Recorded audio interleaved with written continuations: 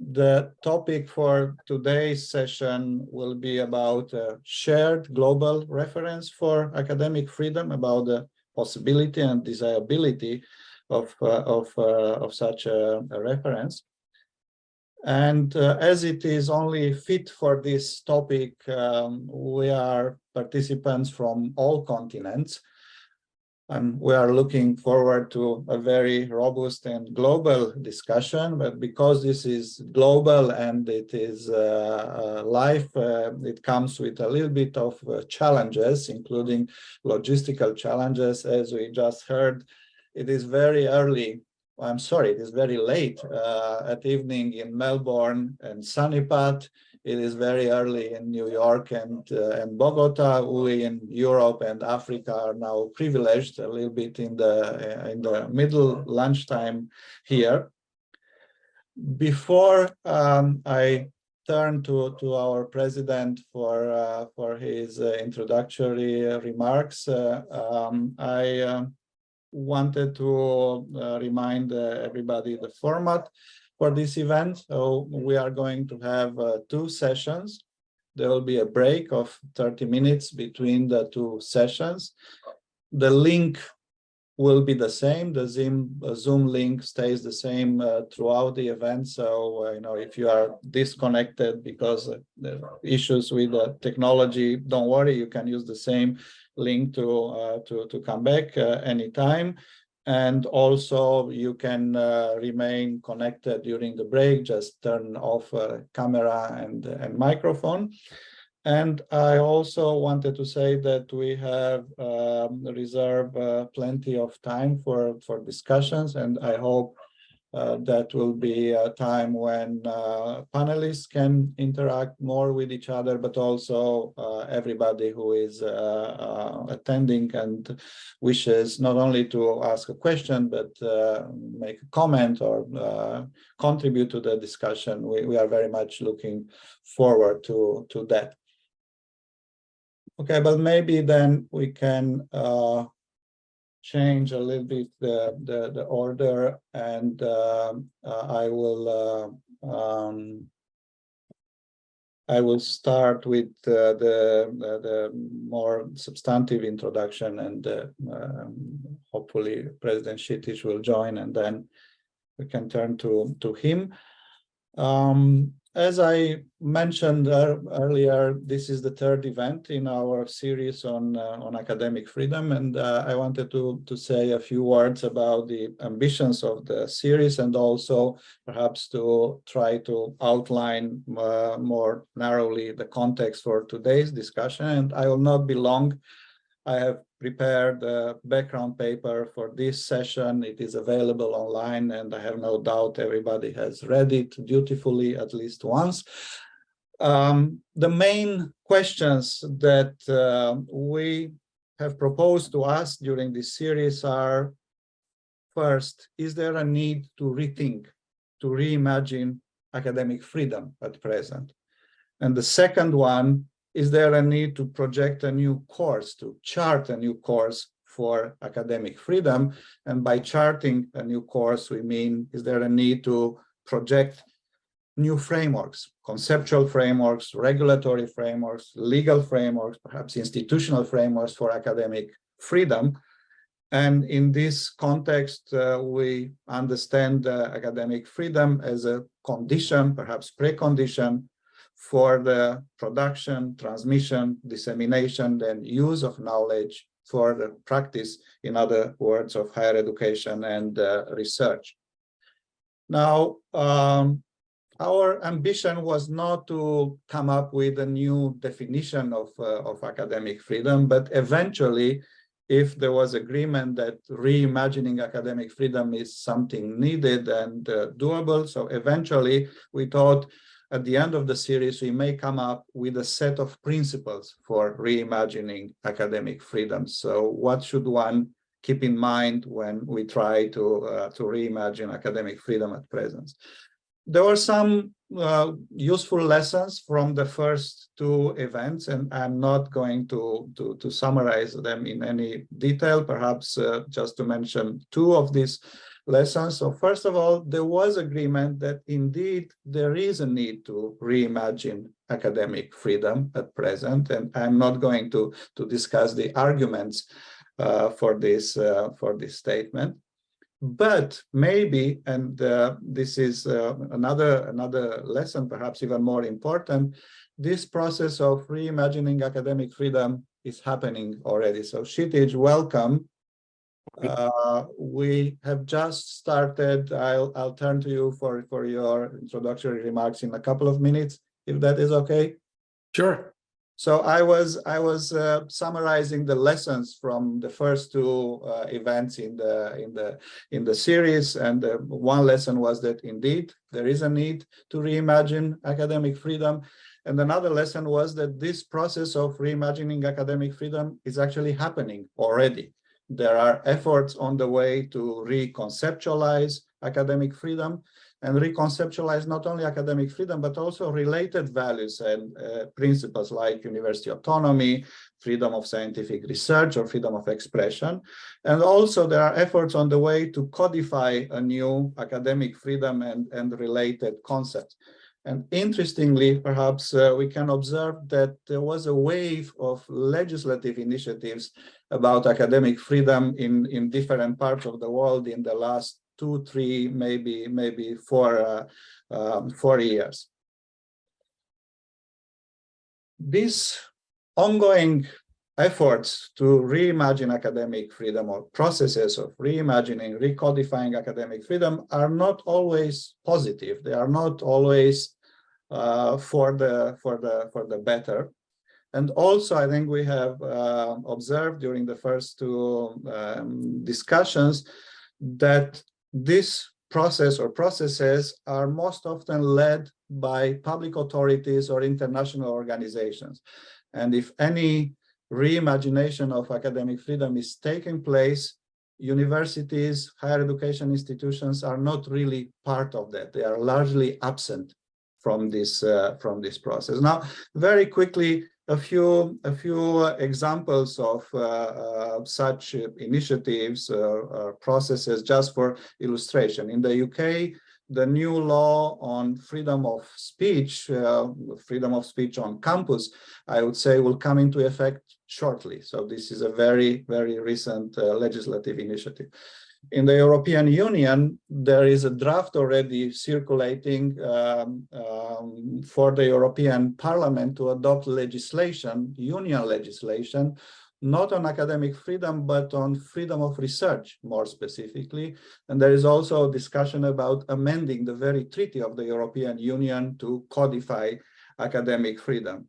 We have seen several legislative initiatives in Florida, which have already a chilling effect on freedom of teaching, in particular, freedom of learning.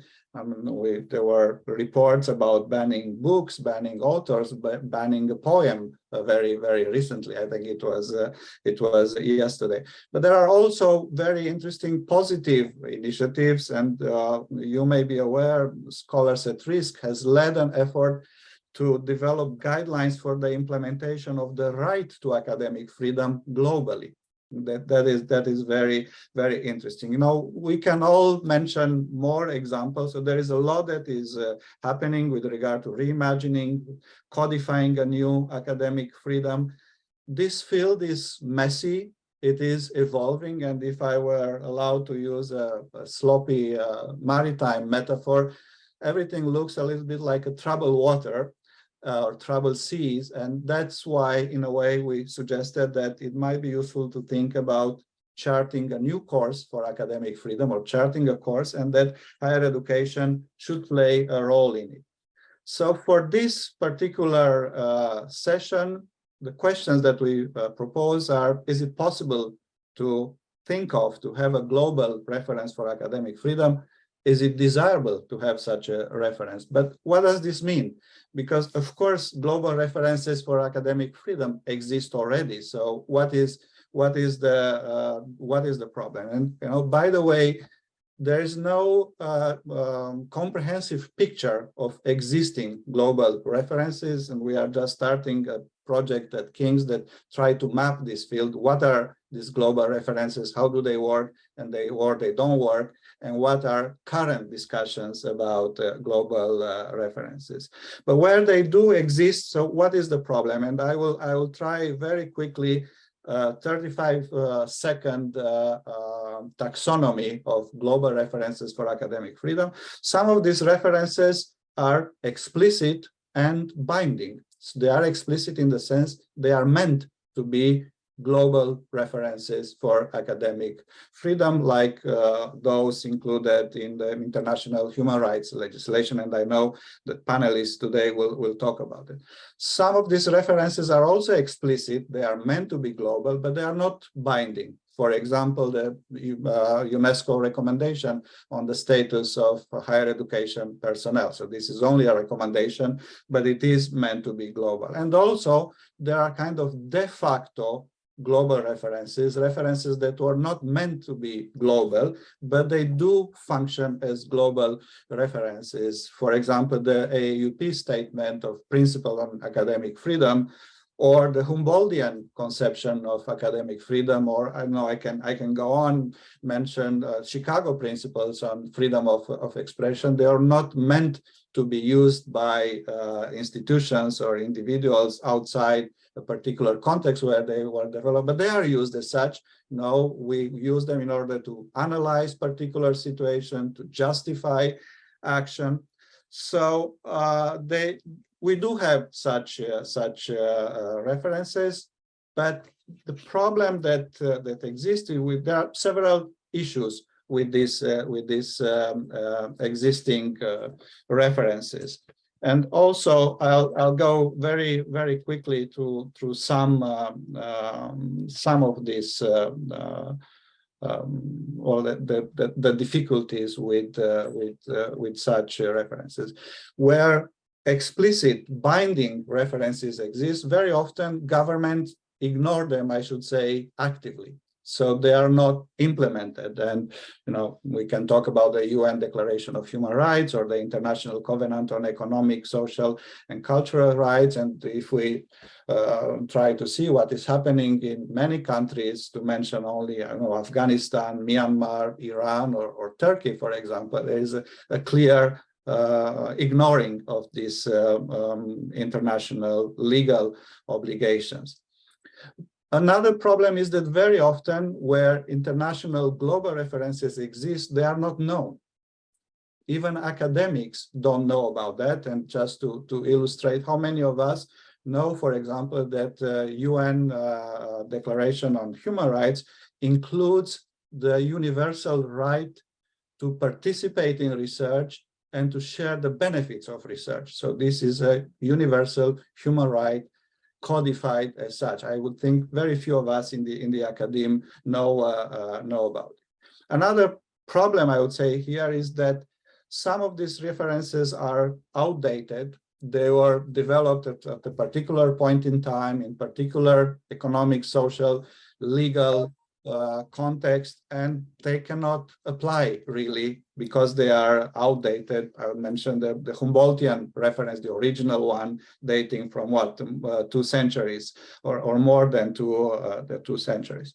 Another issue is that some of these references are used elsewhere. They are even used globally, but they were developed again in a particular context with reference to particular legal, constitutional, or institutional arrangements. So if we go back, for example, to the AAUP statement of principle, that makes a very clear reference to the US Constitution. Is it possible to use it somewhere else in a different constitutional system? Or the Chicago principles refer to a very particular higher education tradition in the United States. Is it possible to use them somewhere else? Just to go on with 2 more points on this list, many of these references are conceptually confused, I would say, or restrictive. So, if we think about the epistemic status of academic freedom, what is it? Is it a human right, as it is codified sometimes? Is it a value? Is it a governance principle? Is it perhaps a pedagogical principle? And of course, it is all this. But codifications of academic freedom tend to focus on one particular aspect, which creates difficulties when that particular aspect cannot be used in practice. So human rights understanding of academic freedom is very useful in particular contexts, but doesn't work in other contexts. And finally, I would mention that there are issues of intellectual, legal, coloniality with regard to global references to academic freedom. No, is, as most people think, is academic freedom a Western invention that has been exported around the world, and this should stay like that? Or there is a need to think about decolonizing academic freedom in the context of the broader discussion about decolonizing the university. So global references, as a matter of fact, do exist, but there are issues with them. So the question that we are trying to ask here is it possible to think of a global shared reference for academic freedom that would be up to date and effective? And if yes, how can we think about that? And we hope that we will learn how to address this question from the discussion today, and perhaps we will be able to formulate that into one or two principles that we hope to come up with at the end of this session. So I'll stop here with my introduction. And it is all, as I said, in this background paper.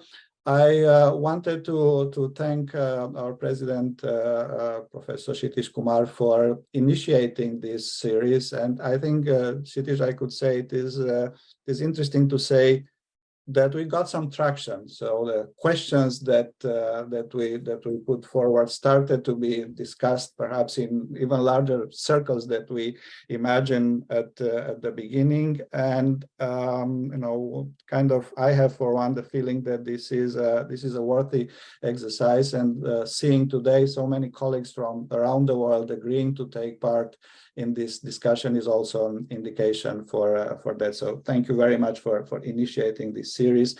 And if I may invite you to present your introductory remarks. Well, thank you very much, Liviu. Can colleagues around the world, I'd have to say, hear me all right? I see a few nodding. Thank you very much. Liviu, it's a privilege to be here because I am no scholar of this matter. I am merely a consumer of academic freedom, but it is, as I shall say in a moment, rather important to me as an academic, and particularly important to me as a vice chancellor of a university. What struck me about a year ago, when discussions started in the UK at the parliamentary level about academic freedom, what struck me was how much they were talking about academic freedom outside of the universities and how little we were talking about it within universities. So everyone outside of universities was going about, there's great threat to academic freedom and this and that. And we were either complacent or ignorant, but whatever it is, we weren't talking much about it. Either we thought there was no problem and these people are just making a lot of noise, so let's ignore them. Mistake if we thought that was the case. Or maybe we haven't really come to grips with the challenges to academic freedom that we have. Or maybe I would propose that the environment of the universities have become so sanitized that we don't talk about our difficulties. And I don't know what the answer is. So a year ago, actually almost a year and a half ago, Liviu, who is of course a scholar in this, and I thought that we should do something about it. And frankly, all that presidents can do is announce series. You know, we can't bring much scholarship to it, but I can certainly announce a series of seminars every year. And I thought this is what I must give attention to. And I can tell you that since we've started, there are a few things that have been noteworthy. First has been the resonance and the interest in this issue. Not that we generated the interest, it's merely convening an interest in this issue pretty much all across the world. And in fact, you see that today. And I note that for Professor Amaya, this must be, I don't know, 6:30 in the morning. And for Professor Adrienne Stone, my recent past colleague, this must be close to 10 o'clock at night. And Raj Kumar, you're somewhere in between. So it's wonderful to see the entire expanse. And that's one of the values of being in London, that we can do in the middle of our day and reach out to all of you. But it's very notable what the sort of worldwide interest has been. But even since we started the series, there are two important things that have happened. And they've really played on my mind. And the first very influential event was what happened at the Stanford Law School with Judge Kyle Duncan. Now, this is an American episode, and I don't know how many of you follow it. And I'll see if I can leave a link in the chat, because I don't mean to go all over it. But essentially, this is a conservative-leaning judge who gets invited to the Stanford Law School, one of the most influential law schools in the world.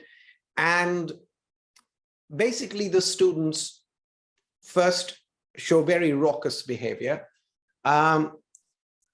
abusive behavior, most would say, and then essentially disrupt the lecture in a way that the organizing faculty is not able to control.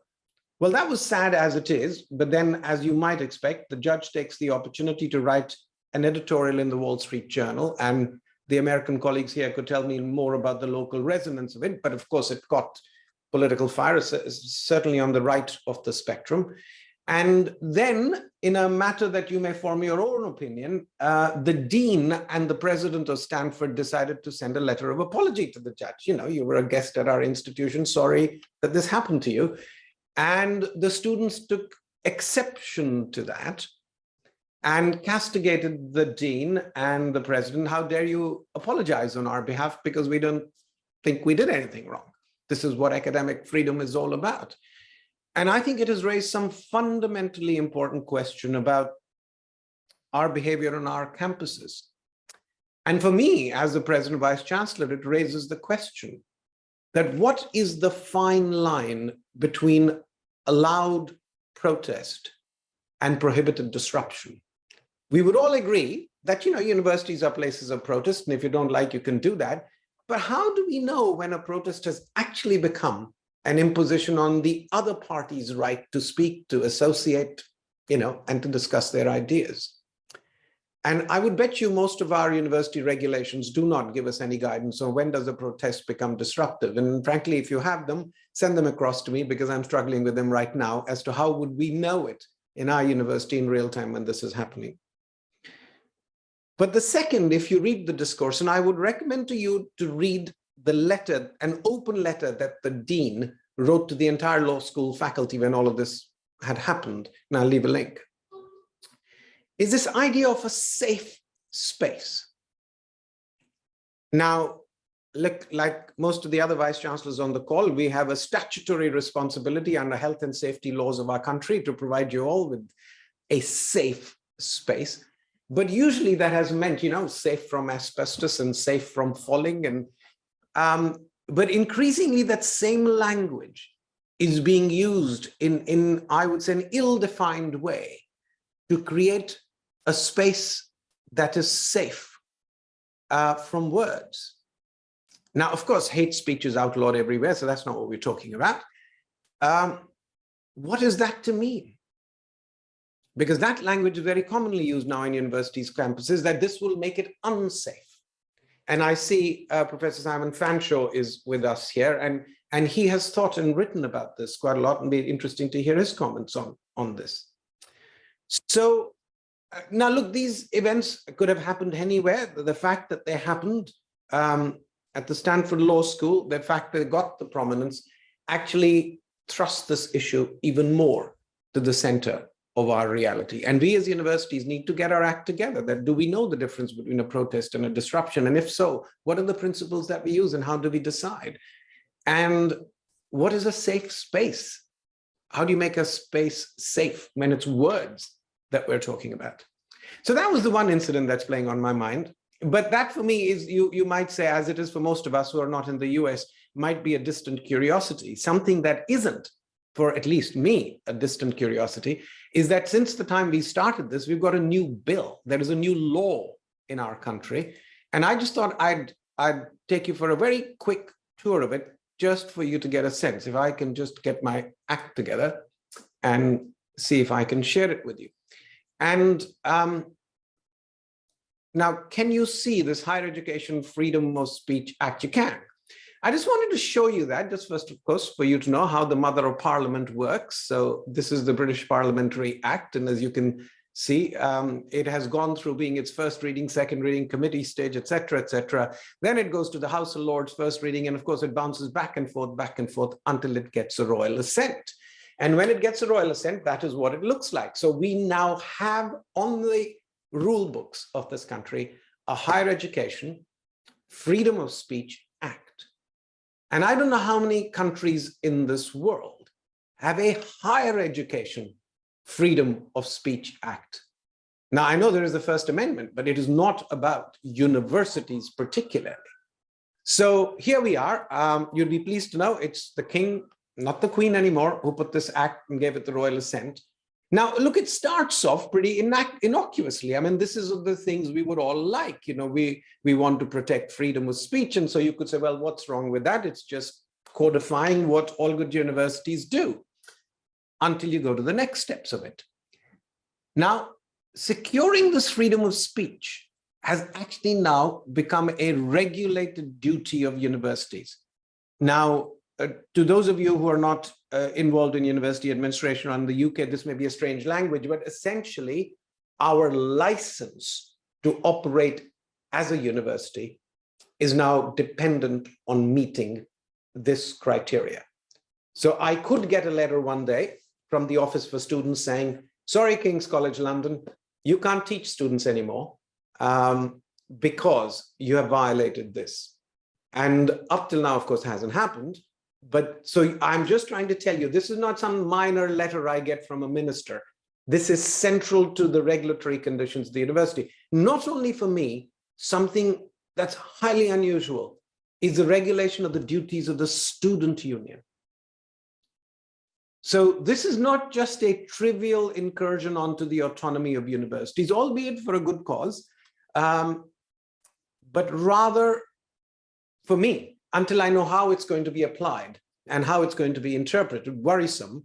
But one particular issue that's even more worrisome than all of these others, because you could say, well, this is the Office for Students. It's a sensible organization taking care of 154 universities. It won't do stupid things, and it won't. It's a sensible organization. It opens me up to civil claims from practically anyone. So within the law now, if you want to give a talk at King's College London, and for whatever reasons we feel, no, this is not the appropriate matter for consideration on the university campus, you could take me to court for losses, of course. So this is not a trivial development in what we thought heretofore was a leading jurisdiction in terms of academic freedom in the world. So look, where does that leave us? I think we, the scholars, we, the academics, we, the universities, have to take it very seriously. We have lost the public dialogue on this issue. We thought there wasn't an issue, but the bottom line is the politicians think there is an issue.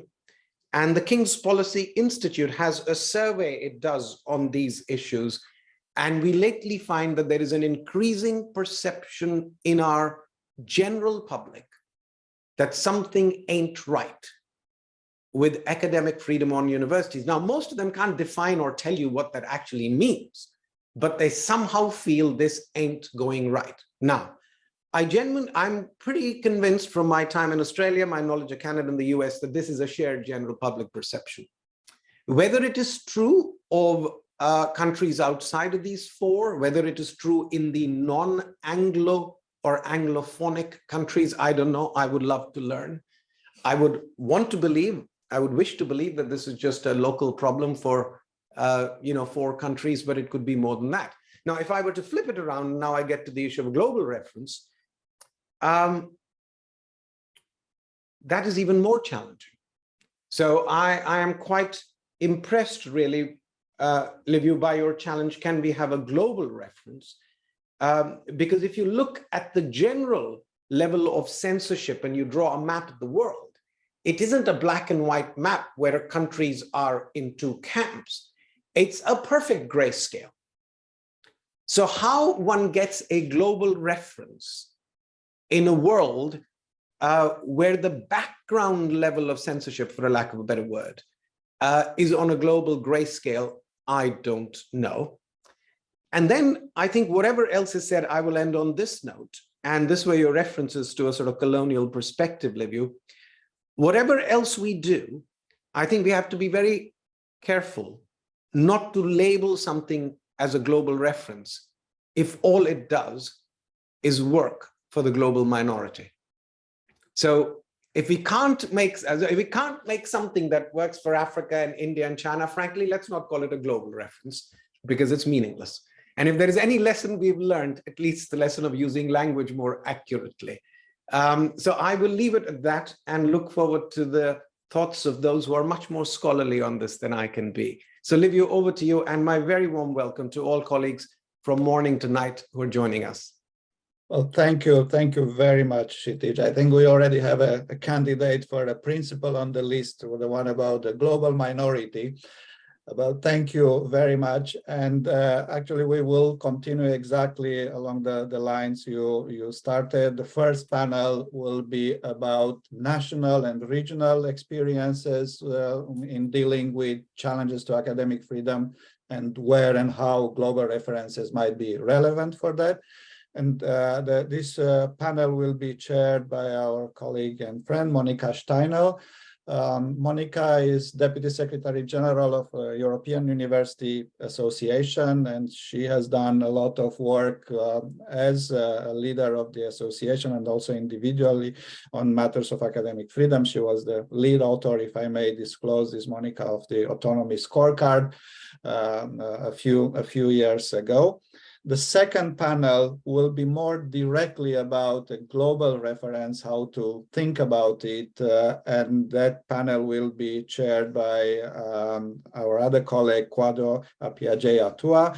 Kwadwo is a professor of public international law and international human rights law at the University of Ghana, and he has also done a lot of work on matters of academic freedom, including as a member of the UN Working Group on Academic Freedom or ambassador of the Magna Carta Observatory. So without further ado, I will turn to Monika for the first panel. Thank you very much, man. Thank you so much, Liviu. Can everybody hear me okay?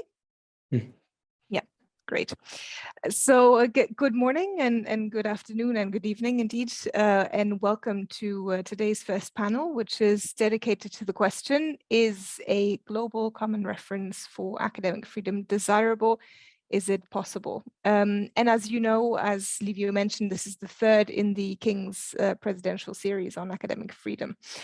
Special thanks to President Kapur for making this series happen, making it a reality. You say all you can do is decide that there will be a series, but I think that's a pretty important first step to take. So thank you very much. So as Liviu said, my name is Monika Steinel, and I'm the Deputy SG of the European University Association, in short, EWA. It's a really great pleasure to be sharing the discussion today.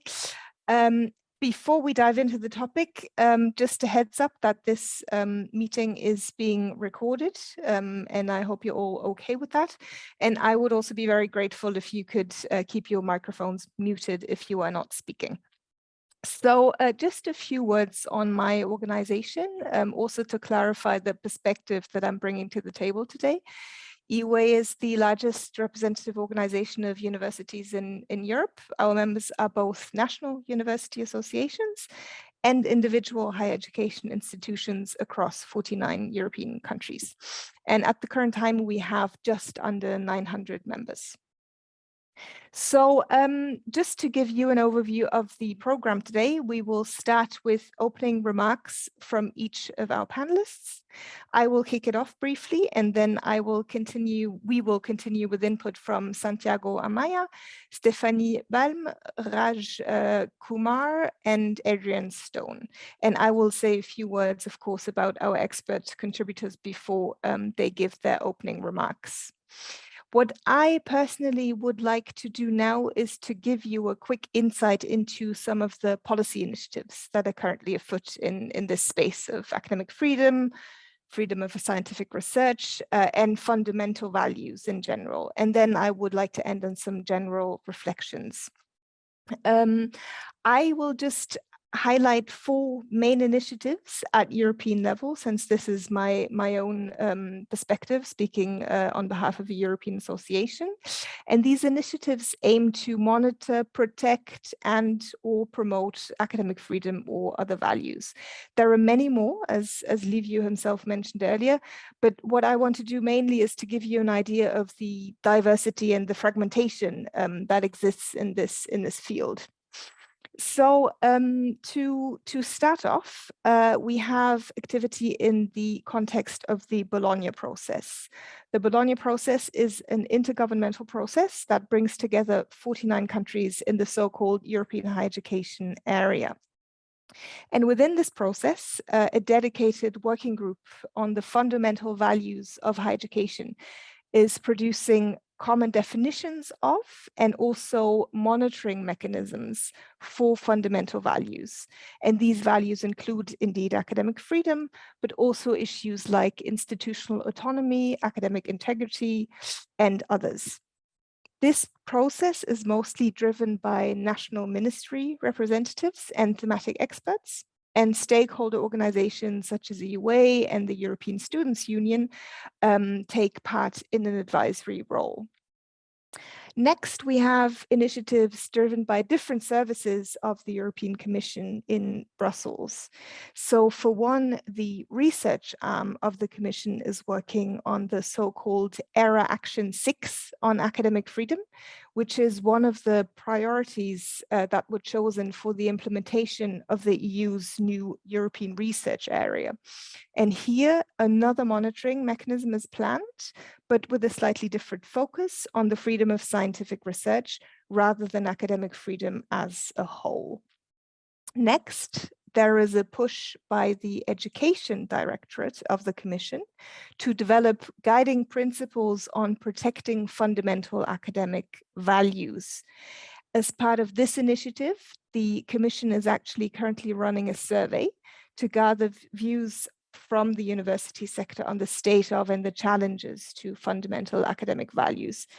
It's still quite early days in this work, but the emphasis on gathering institutional input coming from universities is very positive in my view.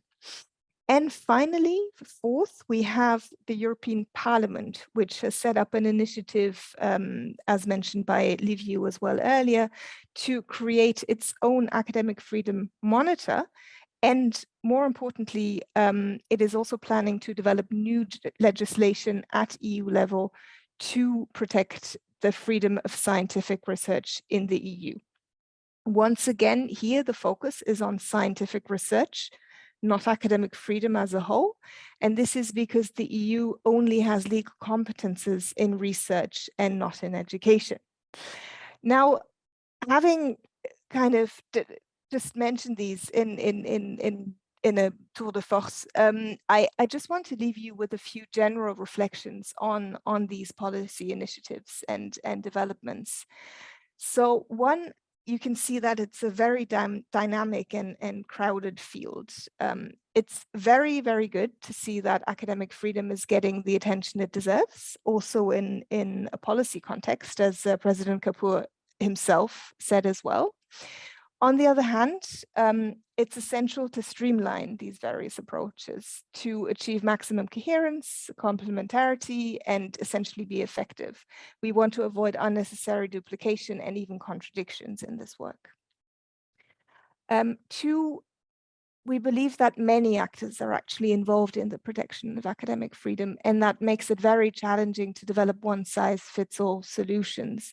So any initiative in support of academic freedom should attempt to address all relevant actors, and these include governments, other public authorities, for instance, funding agencies or higher education authorities, like the Office for Students, but also university leadership, university staff, and certainly students as well. Third, threats to academic freedom come in very different forms, and it's challenging or even impossibly, I would argue, to address all of these with one single tool, for example, through legislation. Four, much of the protection and promotion of academic freedom takes place at the institutional level.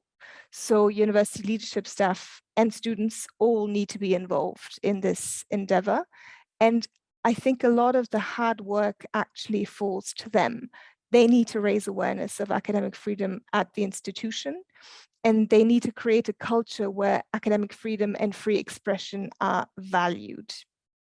And finally, we as EUA, we feel very strongly that the university sector, which is supposed to be one of the main beneficiaries of initiatives to support academic freedom, needs to be involved and consulted, which is something that we feel is not always happening. And I think there's a certain irony in governments or intergovernmental structures deciding on academic freedom protection measures without adequate involvement and consultation of higher education institutions themselves. And now with these reflections, I would like to introduce our four expert speakers and give each of them the floor. I'm under very strict instructions to insist that contributions are limited to 7 minutes, but I'm sure that our speakers will oblige. After the presentations, there'll be a discussion among the speakers, and of course also a Q&A session with the audience. Now to our first contributor. Santiago Amaya is the chair of the Department of Philosophy and co-director of the Moral Judgment and Emotions Lab at the Universidad de los Andes in Bogotá in Colombia. Santiago has recently completed a report on academic freedom in Colombia, and based on this work, I believe he will tell us about similarities and differences in terms of challenges to academic freedom in different systems. Santiago, thanks for being here, and the floor is yours. Thank you so much, Monika, and thanks everyone for being here, for the invitation to King's College, Liviu and Melissa. Let me just say by way of introduction, the general point that I want to make, which is I think that we do need global reference, or at least a globally shared reference of mid-level institutional arrangements that secure the protections and provisions of academic freedom. And I'm going to tell you why we need that. I'm really focusing on the case of Colombia to tell you that. Okay, so just a little bit of context. So if you look at the Academic Freedom Index, Colombia ranks 97 out of 179 countries. The situation of Colombia in comparison to the rest of South America is not the worst or the better. So there are some, common challenges that are faced by the region and that have to do with academic freedom. But there are also, some significant differences and particularities between the different countries. It has to do with the way the educational systems are made up, the way they're funded, but also with our recent political history. And I'm going to be focusing on that last bit. Okay, so let me start with a little bit of background. So Colombia is one of the oldest democracies in South America. But despite that, the country has also suffered an internal conflict for more than 60 years. And it's estimated that in those 60 years, there have been 10 million direct victims of the conflict. Now, as you know, wherever there's an armed conflict, the educational sector and people working in education are heavily affected by it, and Colombia is not an exception to it. So if you look at the charts that it's there, you see the human rights violations against educators in the period of those 15 years. I mean, some of these are violations suffered by educators just because they're part of the general population, but some of them have been occasioned and caused by the fact that they've been doing what educators do. So here's the dramatic case, Universidad del Atlántico, between the 1996 and 2008.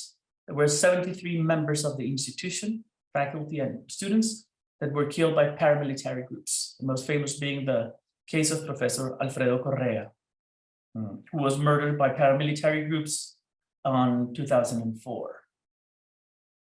Now, there's been several attempts to change that situation in Colombia, and different sort of agreements have emerged.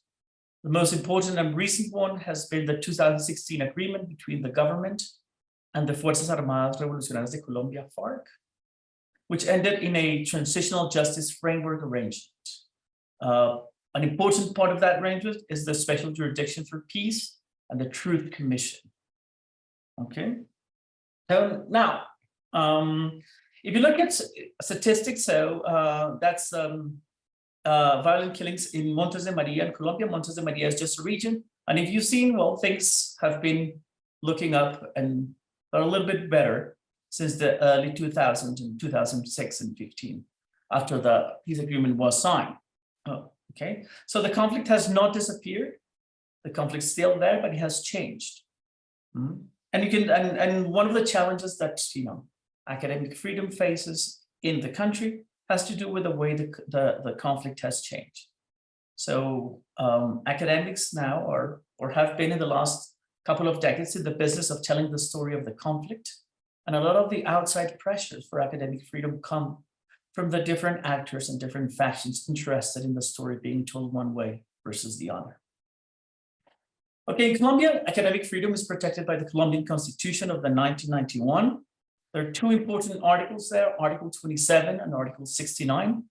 They follow roughly the division between the academic freedom, as it talks about the rights of individuals within academic institutions, versus academic freedom understood as university autonomy. And there are two articles, one dedicated to each of those things. These articles are supposed to be developed in a further law. That's a Law 30 of 1992, that's Law of Higher Education. But essentially, what the law does with respect to academic freedom is just to repeat almost verbatim what you find in the article. So you don't find any more of a development of that in terms of the legal framework in the country.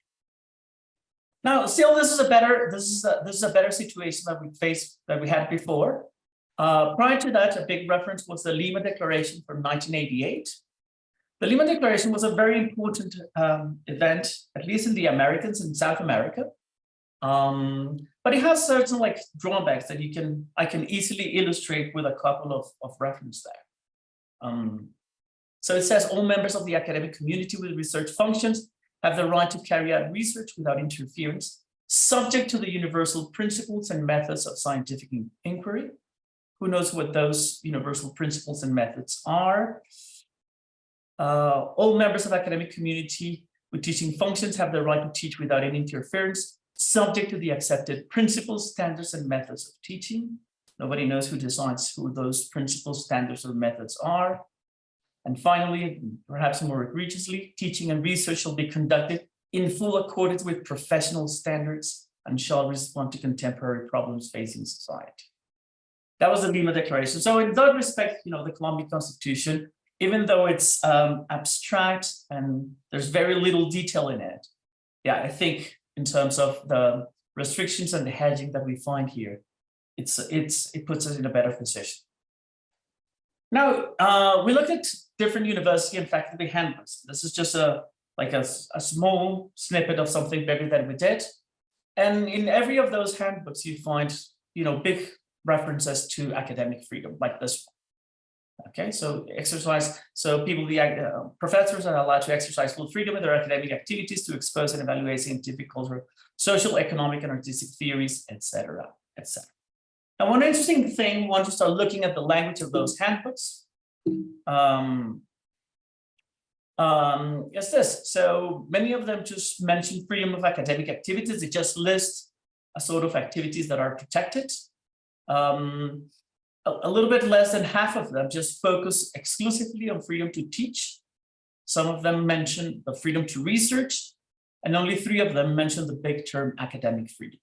So mostly what you see in the university and faculty handbooks is a concentration on freedom to teach and maybe a list of activities that are supposed to be protected. But that's it. So here's the big observational. So although academic freedom is recognized in various ways in the Constitution, university and faculty handbooks, there is little by way of institutional arrangement to secure the provisions and protections that belong to the right. So we don't have offices for the protection of academic freedom or personnel in universities that are in charge with overseeing that provisions and protections with academic freedom. And that, I believe, has important consequences for how academic freedom is conceptualized among Colombian academics. So let me just give you 3 of those consequences, and I end up with that. First, the concept of academic freedom tends to be a messy concept. And this is one of the academics we interview in the study just reports. The scenarios in which I have worked lack protection devices for academic freedom, and also paradoxically a definition of what it implies. In other words, beyond stating briefly in regulations, statutes, regulations, etc., that academic freedom will be protected, the definitions are diffuse, polysemic, adjusted to the criteria of those who design the text of the regulations. So the concept is not just messy. We sometimes have a thin concept, and I mentioned the focus on the right or the freedom to teach, as opposed to other dimensions of academic freedom. So this is one of the testimonies of one of our participants.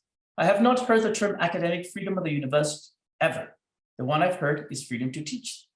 The broad dimension from which one can grab to say, they're restricting my academic freedom? No, I did not have it. If we had known about it before we have embraced it, it would have helped us defend our publication. This is a scholar who was trying to publish a book on the Universidad del Atlántico, and her own university, the Universidad del Atlántico, was not allowing her to get out of her publication. And finally, it also provides disjoint concepts. So this is another participant in our study and reports. Academic freedom is not a specific object of protection, but it depends on the type of violation that has to do with academic freedom. So if, for example, I feel it's a matter of racism, I go to office X. If I feel that it's a workplace harassment, I go to another office. And if I feel that my dean is restricting my academic research topics, I go to another. So to summarize, the state of academic freedom in Colombia is somewhat similar to other countries in South America, but is uniquely shaped by the country's armed conflict. Legal and institutional frameworks that define academic freedom have not given rise to arrangements that help secure the provisions and protections that belong to the right. And the dearth of those arrangements seems to have important consequences for the way academics understand academic freedom in Colombia. Thank you.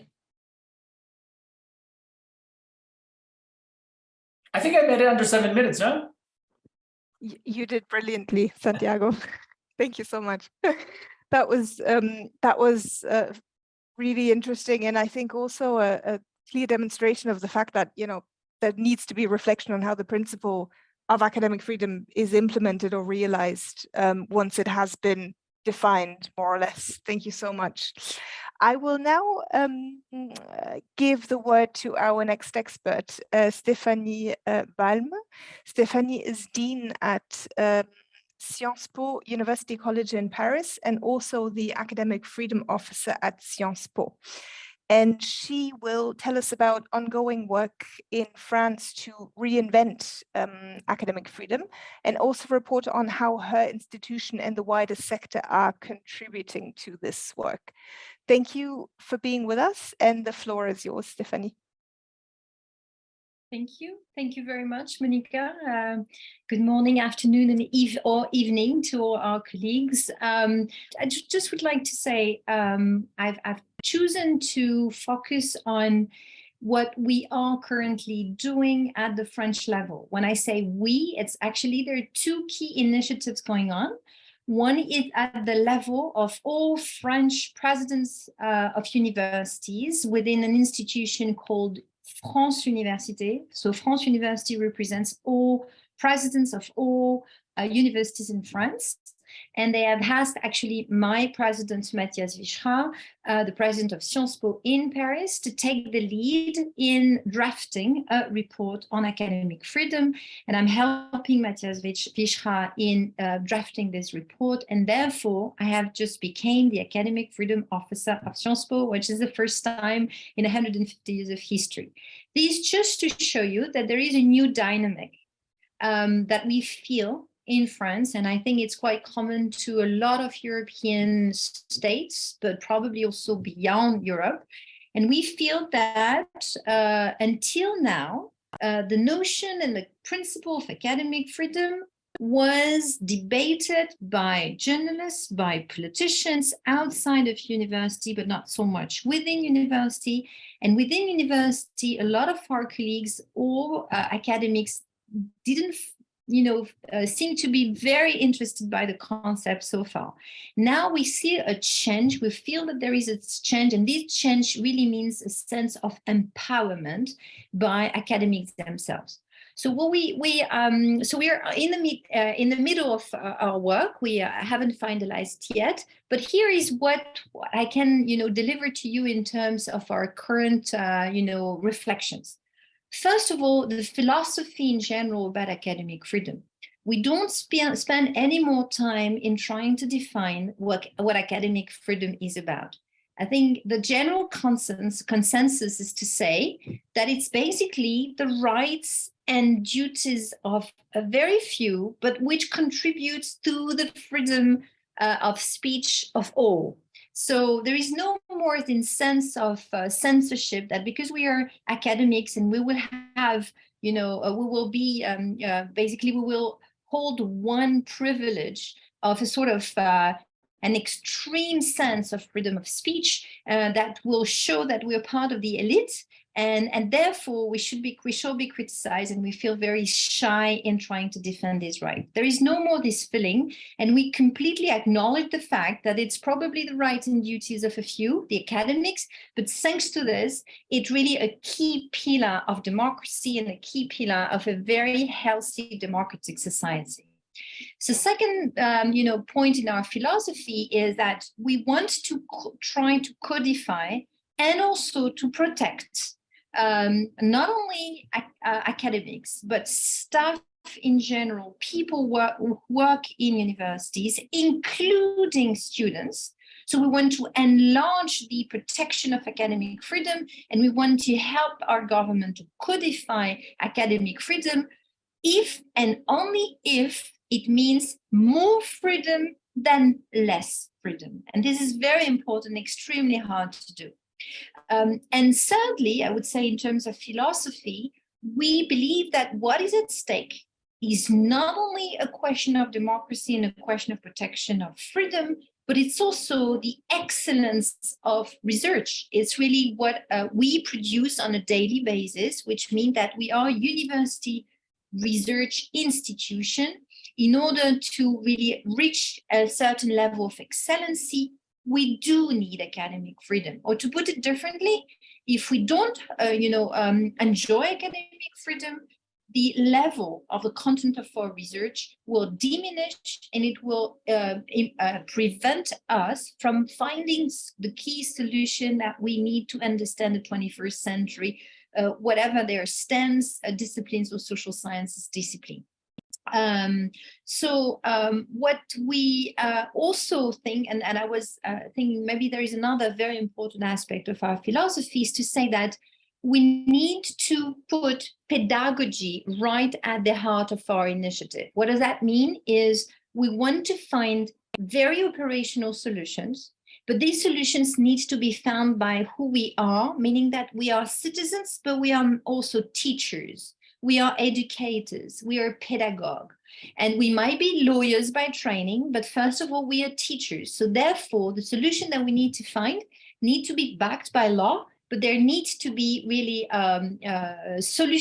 pedagogy-based solutions. And we need sometimes also to explain to our universities, our communication department, that we're a very special institution, meaning we are a university, and that pedagogy should really be put at the heart of including legal solutions about academic freedom.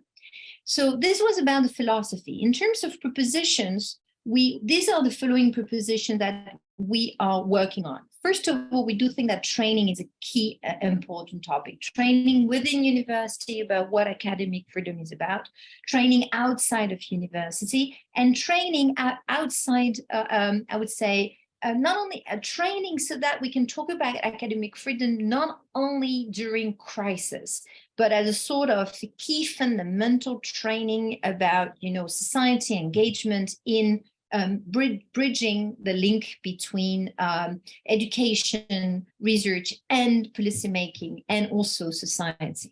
Secondly, the proposition that we make are all dedicated to protect academic freedom and protect people working in a university, as I said.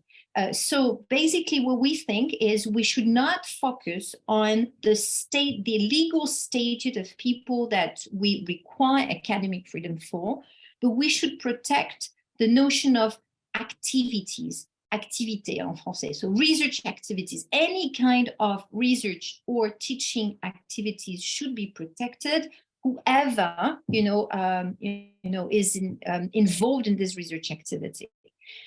Also, so we need the communication department and legal department of each university to work together to organize a very specific, protection of a people whose freedom of expression is not protected. And by doing so, what we mean that we need to have a sequence. We need to sequence a situation. So we need to have routine activities. We need to have a particular sequence in times of crisis, and we need procedures. And we also need all the time to start from a principle of presumption of innocence, either from a student or a professor or a staff. And so that what we are currently doing is writing down every kind of situation that can occur, and how does the communication department, how does the legal department can protect these people. Because as my Colombian colleague have just mentioned, we do have a sort of legal framework in France, but we feel that this legal framework is either unknown or never used by judges, or needs to be really explored, except for one particular case, a sort of equivalent, French equivalent of what is called SLAP, strategic lawsuit against public participation. So we have a particular word in French for this. So beside these, strategic lawsuits against public participation, which usually involve, big business, preventing researchers from doing their research. And we have a couple of cases and jurisprudence cases in France. Except for this particular case, it's very hard to use the French law in order to protect academic freedom. And therefore, what everything is done at the European level is very crucial for us to help us at the national level. So maybe I would just end up by going back to the Academic Freedom Index and the situation of France. So when you look at France, actually, we are ranked the grade we got is 0.88 out of 1, which seems to be fairly good, but it's actually, it's getting, the academic freedom situation is being eroded. And we do face issues which are quite interesting. So when you look at the Academic Freedom Index, basically it said that the political expression within French universities is very healthy. So the grade that we get is pretty high, meaning that we still hopefully live in a democratic institution where we can fully express different political views or social or societal views within French universities. But the legal protection is very mediocre. And usually speaking as well, the global setting, meaning, the general environment and general state-led, business-led environment of French universities is really, really low. So which means that actually when we look at the Academic Freedom Index, we should also look at very specifically at the different criteria. And even when you live in such, I would say, vivid, democratic country as France, actually looking at different criteria, you then see that the situation might be much more fragile than it looks. So I will probably, and here, because time is probably over. I haven't checked clearly, and I don't want to. Do I have more time, or shall I stop now? No. This is perfect. Thank you. This is perfect. So I self-censor myself for once, and I continue during the debate. Thank you. Thank you so much, Stéphanie. Very interesting call to stop trying to define academic freedom and start codifying and protecting it. Thank you very much. Our next expert is Raj Kumar, who is the founding Vice Chancellor of OP Jindal Global University in India. And Raj will talk about the role of regulatory freedom and institutional autonomy in promoting academic freedom in an Indian context. Thank you so much for being with us today, Raj, and the floor is yours. Thank you very much. And first of all, I would like to congratulate King's College London for organizing this King's Presidential Series on Academic Freedom, an issue that is of grave relevance and importance around the world, not just among education institutions, but also the very foundations of democracy and constitutionalism to a large extent rest on what kind of academic freedom is protected in universities and academic institutions. I want to thank my dear friend, Professor Shitij Kapur. Shitij, I'm not in Sonipat, I'm in the US, in Hawaii, and it is approximately 3 a.m. here, but I can't miss this opportunity to be part of this fascinating panel. I just want to mention, Raj, first of all, that you get the prize for disruption, and we are even more around the world. I did wonder from your shirt, but I won't disturb you anymore. So, so I was saying that first of all, I want to mention that I'm quite surprised by this legislation that President Kapur brought us aware of. And I must say, as a lawyer, I'm a bit disappointed with the way it has been brought about, because one of the things that lawyers tend to believe all over the world, that we have a legal solution for every problem, including having a law passed and things will get solved. This is actually a very good example of how the issue surrounding academic freedom need not have been, or in my view, even should not be pursued. But that's a different conversation, and we'll come back to it later. I also want to mention that a lot of issues end up at times mixed around the issue of academic freedom. And I think in President Kapur's inaugural remarks, he did raise some of those issues. And I think as academics, we need to be even more conscious of the fine distinctions that ought to be made. But one aspect that has become increasingly important and relevant with regard to the functioning of academic institutions is what has happened partially with regard to the United States, wherein the issue of what they call cancel culture, or essentially disinviting people who have been invited for whatever reasons, sometimes on account of the discomfiture the institutions have with regard to the person's views or perspectives, or the discomfiture that students tend to have about the very concept itself. At one end of the spectrum, we've had renaming of institutions, titles, names, and that is not, it is going unabated. And at the other end of the spectrum, we have a very genuine challenge with regard to the kind of discomfiture, again, of governments and those who hold power about the kind of truth that emerges out of academic work that academics and researchers are engaged in. And I think it's absolutely critical for us to have a more nuanced discussion surrounding it. And I want to make that point as my initial observation. I want to, first of all, recognize that the very concept of academic freedom needs to be unbundled.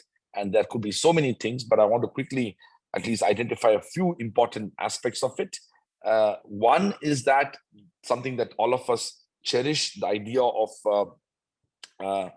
the autonomy of institutions in the process of its decision-making when it comes to the recruitment of faculty, assessment of faculty, appraisal of faculty, and all these aspects ought to be undertaken as per the university's rules and regulations and policies, but something that is internal.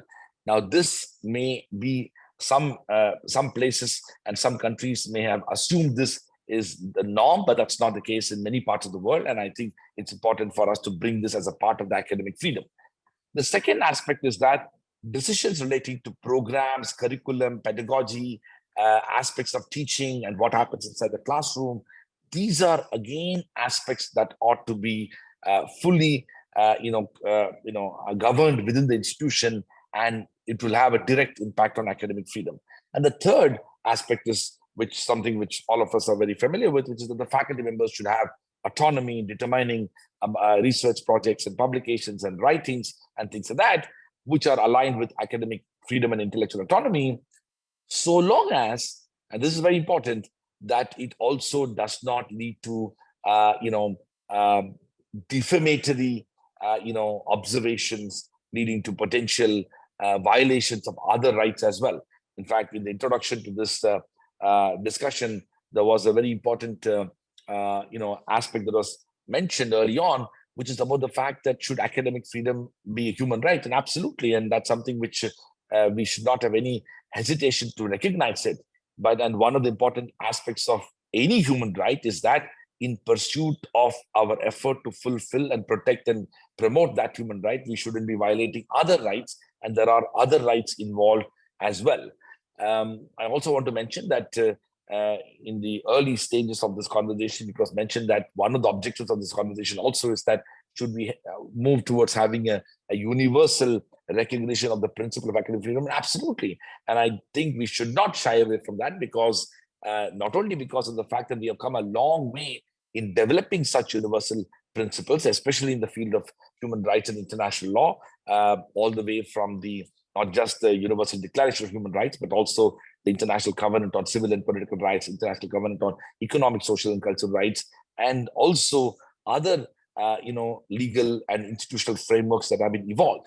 But the larger question is that just by having that universal principle, we should also not shy away from, let's say, discussing further and delineating what constitutes academic freedom and how we will work towards fulfilling it.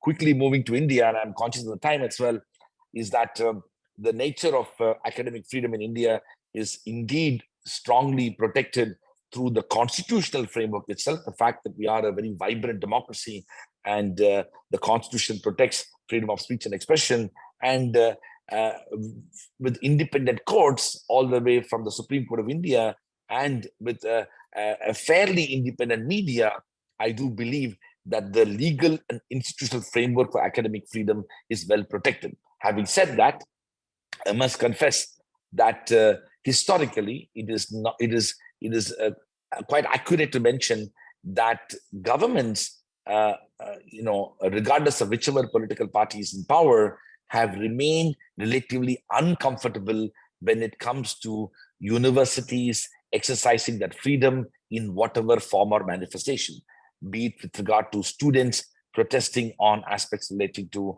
various laws or policies or other things that the government does, or for that matter, academics speaking or writing about matters that are connected with governance as well.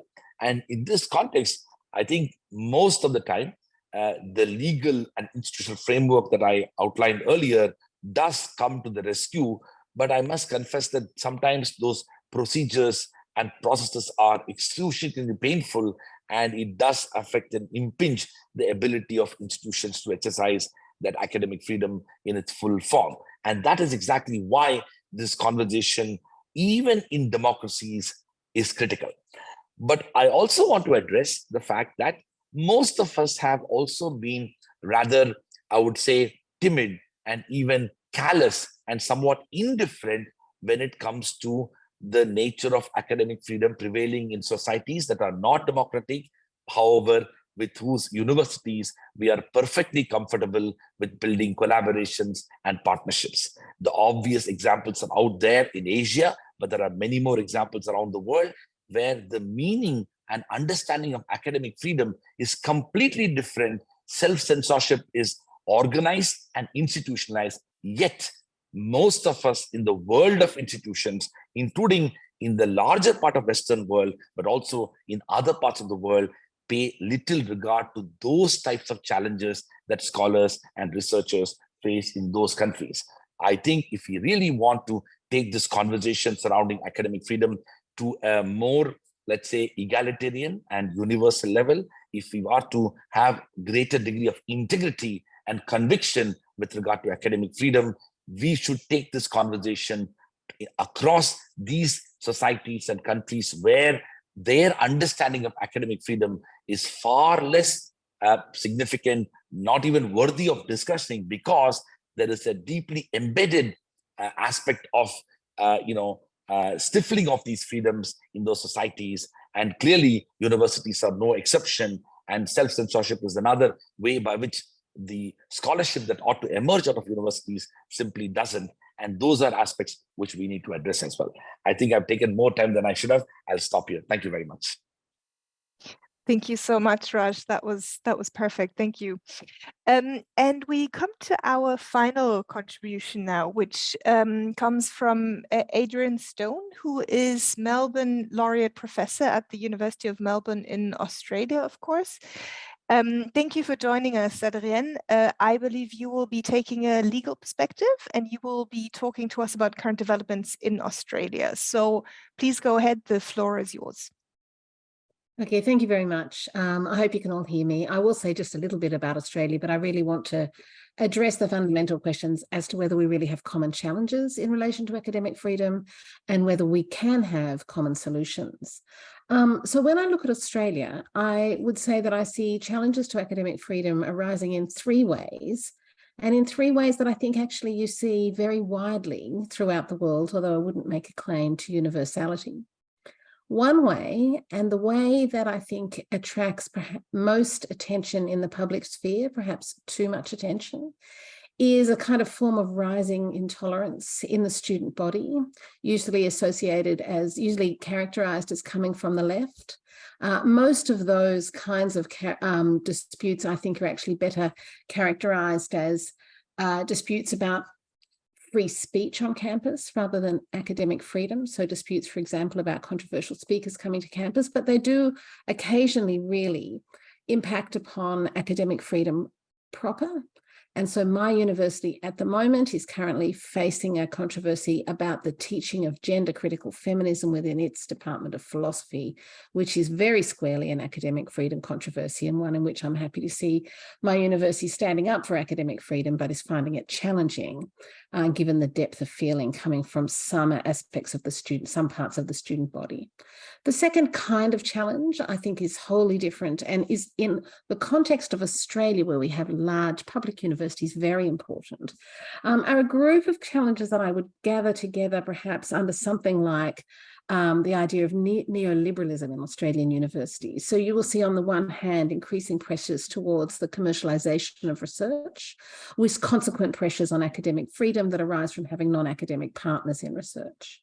And it's combined also with threats, I think, that come out of a management style that sometimes involves treating universities like other kinds of corporate bodies and governing them as such without reference to academic values.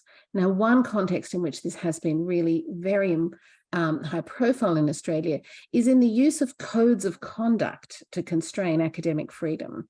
So there has been a trend, I think, driven by human resources professionals who don't understand the very special contexts of Australia, of the university, to have codes of conduct standards that are improper for universities. And this is the one way in which the Australian courts have stepped in very strongly.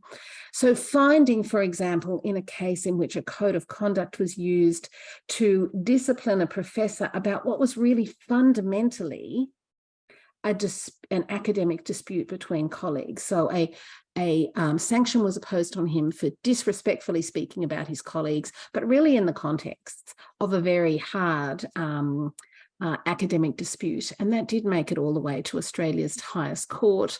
And I'm happy to say that the court found that the commitment to academic freedom ought to override in that context the requirement for respectful conduct in a code of conduct. I think that's a more general problem.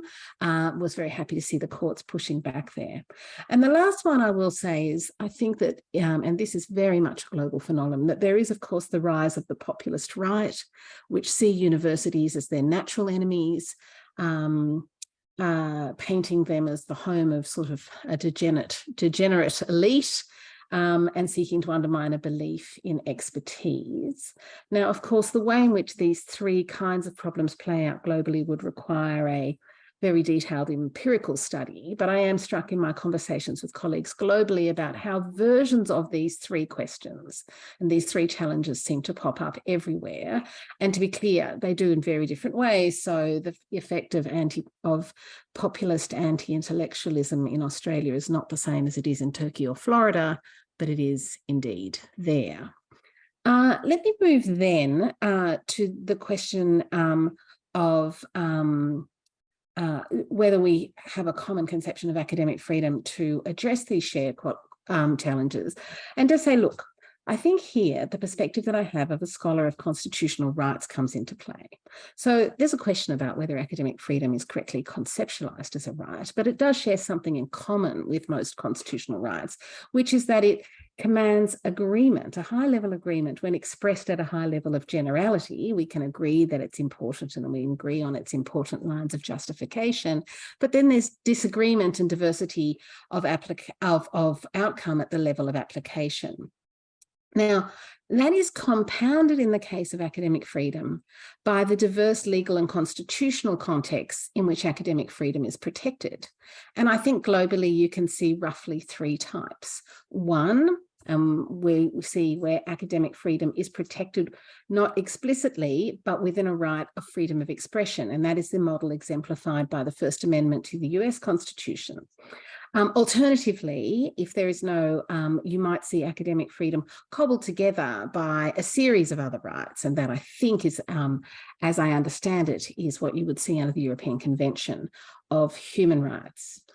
The second model, you might see no overarching legal protection, as in Australia, but protection in Australia comes principally through employment law and the collective bargaining process. So what you saw in the Australian courts in the case I mentioned was the courts enforcing a collective bargain reached by universities' academics over a university code of conduct, but it's essentially a form of agreement between the university and academics acting collectively. And the last form, which is common throughout Europe especially, is explicit protection in the Constitution, as in Article 5 of the German Basic Law. So you'll have those three general forms. And that poses two kinds of challenges. Okay. One is the question of distortion, where you have, particularly in the first two forms, academic freedom protected within the construct of other rights. Could you try again? I'm sorry, Siri seems to be intervening in my conversation here. I'll try and shut Siri down. One problem that I'm pointing to is distortion. So where academic freedom is protected through a cognate right or the private law of enforcement, you're likely to see a sort of overhang on the content of academic freedom reflecting that context. So for example, and I'll leave it to others more expert than I to confirm or deny, but it seems to me that protecting academic freedom within the rubric of the First Amendment leads to an overemphasis on its expressive dimensions over the other dimensions of academic freedom. And protecting it through ordinary law in Australia makes it difficult to find generalizable principles. So that's the first problem. The second problem is a problem of fragmentation. So it's conceived of as a constitutional principle at a high level of generality, there may still be fragmentation in our understanding of academic freedom at the point of application. So you'll see, we should expect to see that the constitutional conceptions of academic freedom will reflect their constitutional context. So for instance, the concept of academic freedom developed in liberal constitutions may emphasize the prevention of interference with academic freedom, whereas the concept of academic freedom in post-liberal constitutions may be more attentive to the achievement of the conditions for the exercise of academic freedom. And in truly transformative constitutions, South Africa's, maybe India's, which have a very express programmatic ambition for their constitution, you might see a concept of academic freedom that is different again. Now, the differences can be multiplied and further specified, but the simple point is that precisely because academic freedom is constitutionalized and legalized, its mediation will be its meaning will be mediated through law and become bound up in more general constitutional structures and cultures. At one level, that is the price for judicial enforcement of the law, of the norm, but it also provides a mechanism to address excessive universalism and even to move towards a perhaps somewhat decolonized conception of academic freedom. It does provide a mechanism through which academic freedom can be appropriately adapted to local contexts and the differing expectations both of universities and of how states ought to act in order to secure it. Let me leave it there. Thank you so much, Adrienne. Well, thank you to all of you for these presentations. I think taken together, they've really provided quite an excellent starting point to really dive right into the main research question for this webinar. So, and that was, is a global reference for academic freedom possible? Or have our contributors just made clear that cultures and challenges are too different for a concerted approach? Now, I'm getting the feeling, and I'm happy to stand corrected, that the panelists generally feel that a global reference would be useful and perhaps also possible. Now, have I misrepresented what you have said, or would you agree with that statement? Would anyone like to go first? I entirely agree with you. I do think that there is a case, because honestly speaking, the reason I said that was we have come a long way in formulating different types of universally recognized and acceptable standards. But I must also say that even within the international human rights discourse, there are a number of aspects of tempering that enforcement too. For example, there are words like progressive realization of human rights, for example.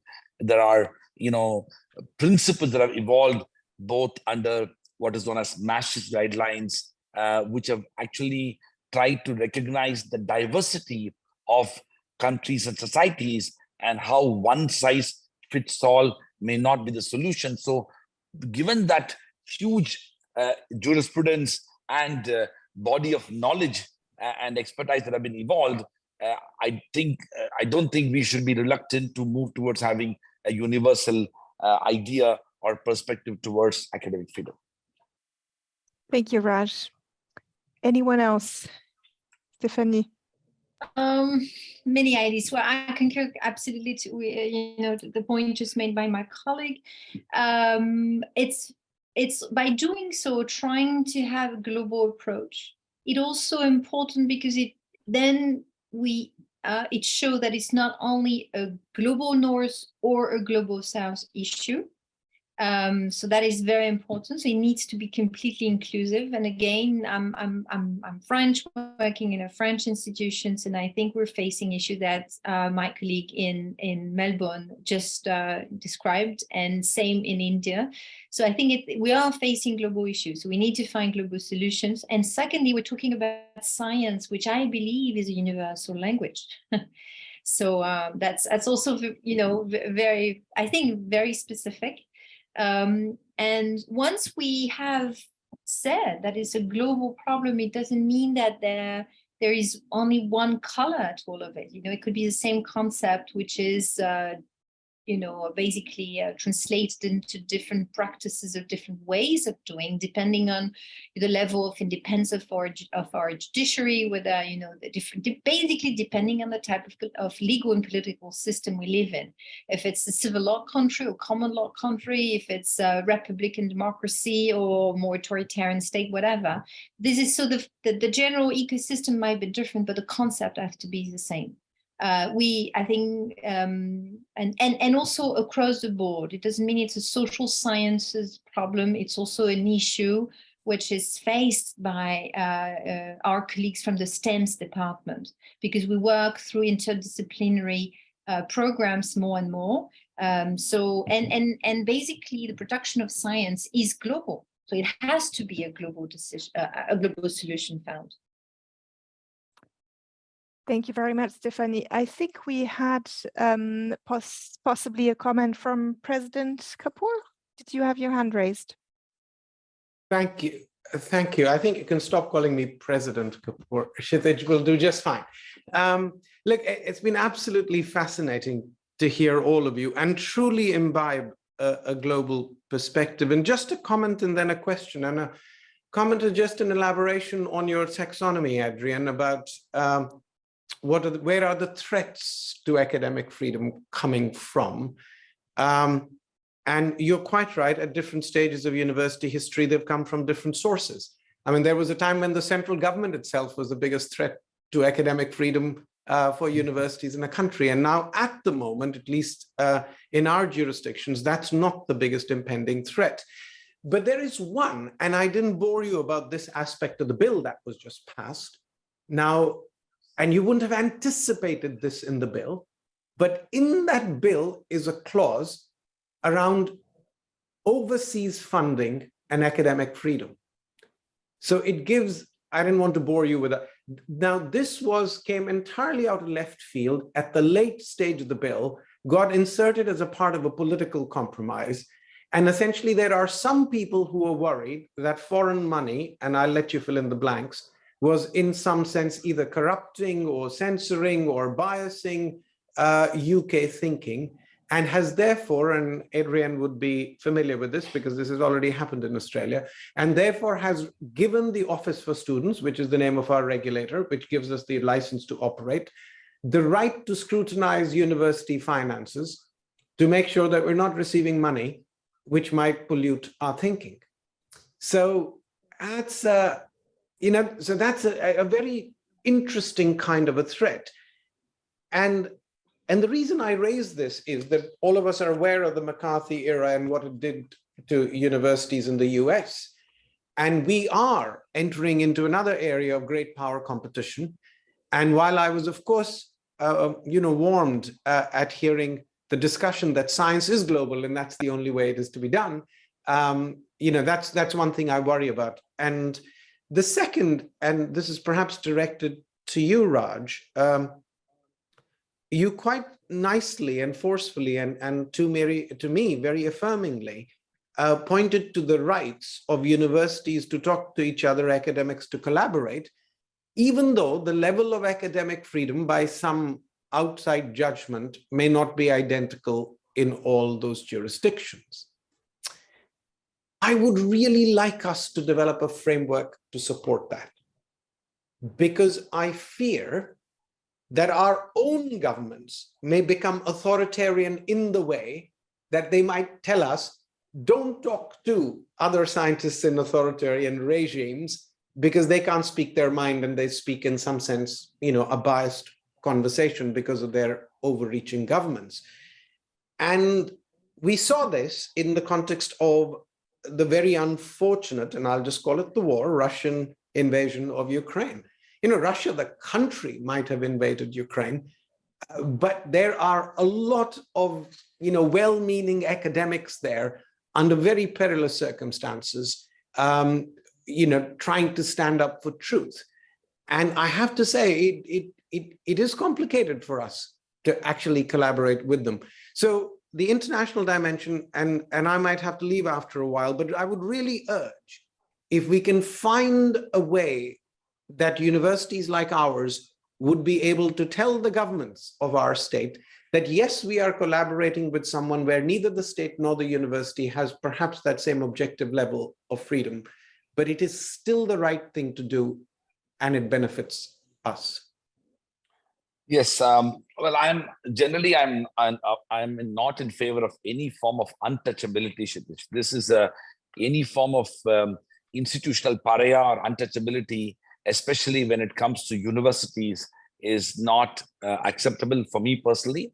And I do think that there is a lot of, I would say, benefit in engaging with individuals and institutions, even under those conditions, because we have also recognized during this course of the conversation also that academic freedom is not something that any particular country or university or regimes can take it for granted.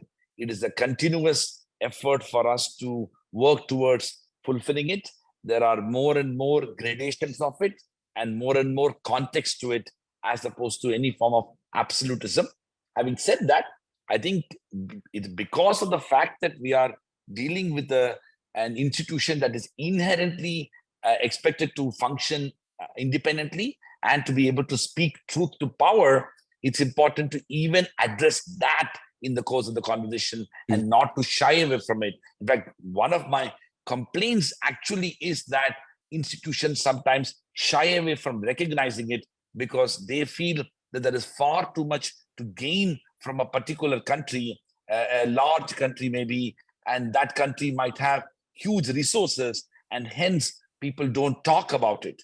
The whole idea of academic freedom should be not just having that conversation, but also despite the fact that there are challenges, we are going to work together. Thank you so much. Before I hand over to Adrienne, I just wanted to comment as well quickly on this issue of knowledge security, foreign interference, whatever you want to call it. You may be aware of a very recent case coming from Sweden, where the government, Sweden, which of course is known to be a very progressive and liberal country, where the government essentially unilaterally and without consulting the university sector decided to shorten the terms of university board members in order to ensure the presence of adequate expertise on security issues, which of course is extremely questionable and completely against the principle of university autonomy. So just to really confirm what both of you have said, this is happening in quite a few places. But please now, Adrienne, I think you wanted to come in as well.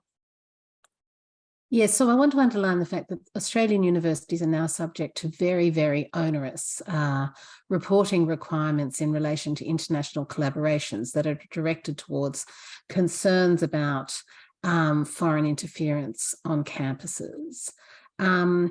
As in all things, I think actually we might be missing where the greatest threat comes from. One thing that worries me greatly about academic freedom in Australia, and I would very much like to hear other views if anyone else knows, has cognate experiences, is the foundation in Australia of institutes within universities that frankly do not have really centrally academic purposes.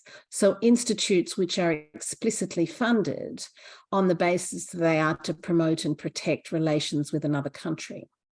And then that not explore, not understand, but kind of promote and protect relations with another country. So exempt, in my view, conscripting public universities into the task of doing the government's diplomatic work. And it's done under the guise that this is the modern university and we're relevant and we're part of the world and we make a difference in the world. But I think it's been quite insidious and has promoted some institutes that I think are doing, you know, fundamentally non-academic things and really promoting the agenda of authoritarian governments. So if others have seen this phenomenon, I'd be extremely interested. Liviu.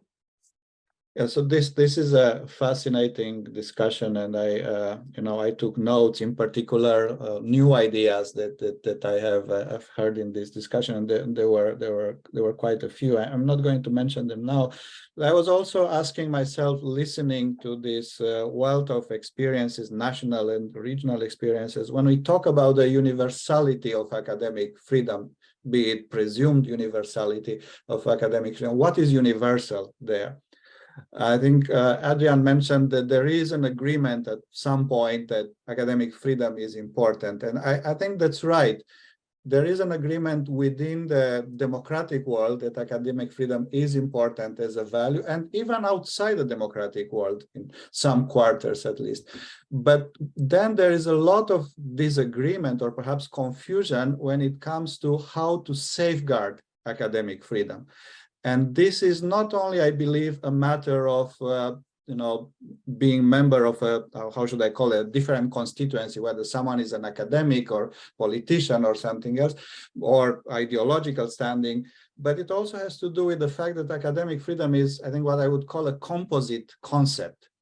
There are different types of components of academic freedom, as we are discussing here, and it is not possible for one single instrument to protect academic freedom if we take into account its composite nature. So if we have a human rights instrument, that might work well in some circumstances, but if we look at academic freedom as a governance principle, for example, or as Stephanie mentioned, as a pedagogical principle, a regulation of academic freedom or codification of academic freedom in terms of human rights doesn't work. And I think there is work to do as part of reimagining academic freedom in terms of identifying what is the nature of the concept. Perhaps my framing of it as a composite concept doesn't make sense, but what is in there, and how should we think about codifying this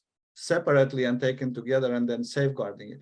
And then in this context, just kind of well, I don't know how to call it, lateral thought. Adrienne also mentioned about constitutions. There is a lot, or in many countries of the world, constitution is protected, and that reflects in a way the conviction of many that this is a good instrument.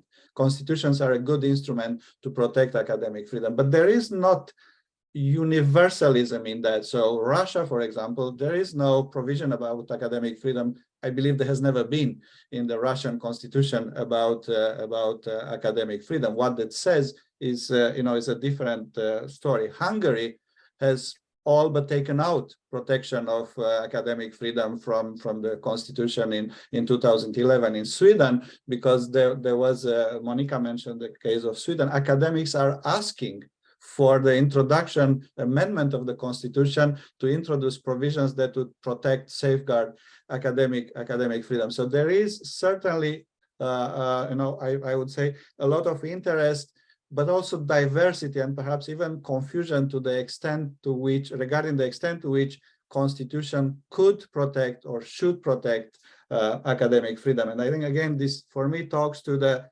composite nature, for lack of a better word, of the concept itself, and how this should be reflected in codifications and as instruments to safeguard it. Thanks very much, Liviu. I just wanted to say it would be great if we could open up the discussion to the audience at this stage as well. We've been given leave, I think, to extend the session slightly until 15:15, so we have 10 minutes. If there are any questions from the audience, then please don't hesitate. But in the meantime, Stephanie, I think you wanted to come in as well.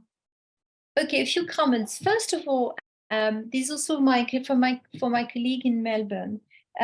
It's the reason why we're trying to empower ourselves now within French universities is because we are criticized for not protecting academic freedom. To put it differently, journalists and people, a growing number of people attack universities on the principle that they are the ones who protect academic freedom.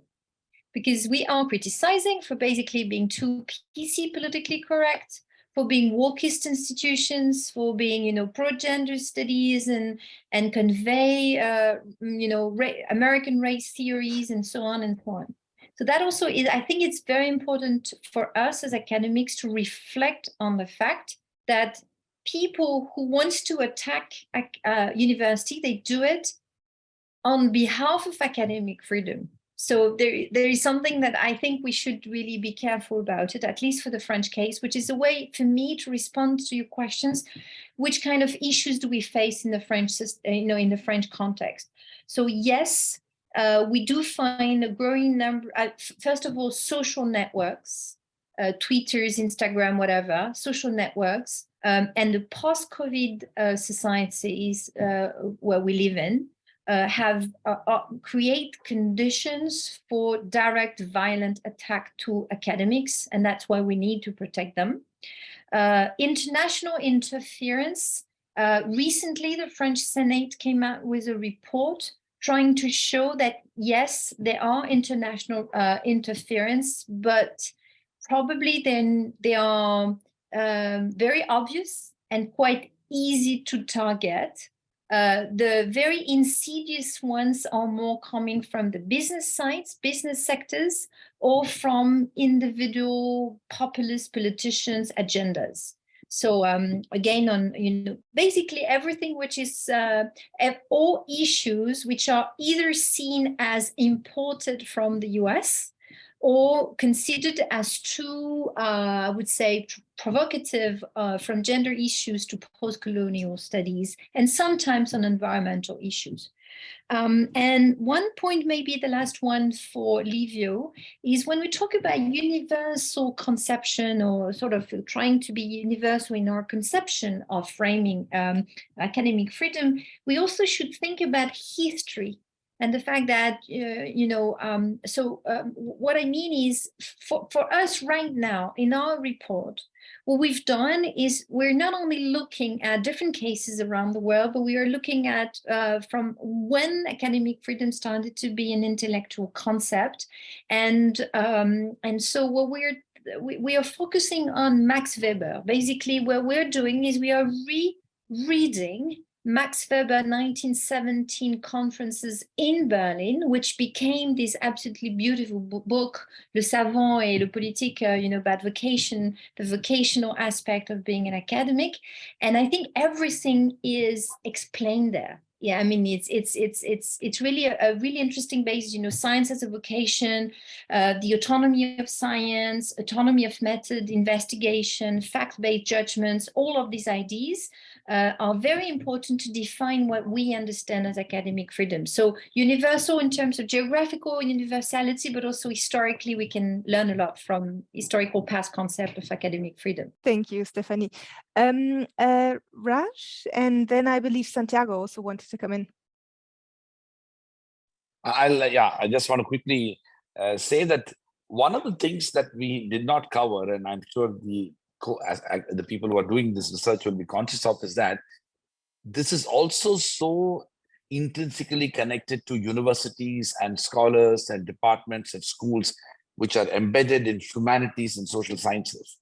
Because frankly, one of the things I see in India, and I don't know, I would love to hear from others, is that, I mean, those who are the engineers who are working in nanotechnology and, the biologists and the chemists and those who are doing other things, they somehow seem to be perfectly comfortable, without talking much about it, because there seems to be less of a threat. And arguably, governments tend to be less threatened by scientists and others who work in those fields. So in some ways, this is directly connected to the threat to humanities and social sciences.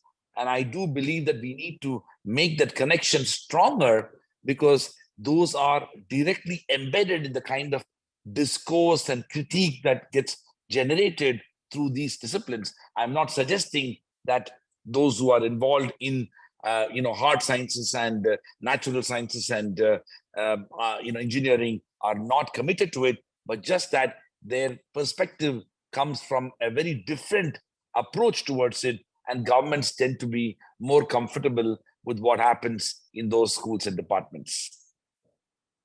Thank you, Raj. Santiago. So I want to just mention one issue that we haven't talked much about, just to maybe flag it. And so it's about the presumption that we have some sort of shared understanding among academics of what academic freedom is.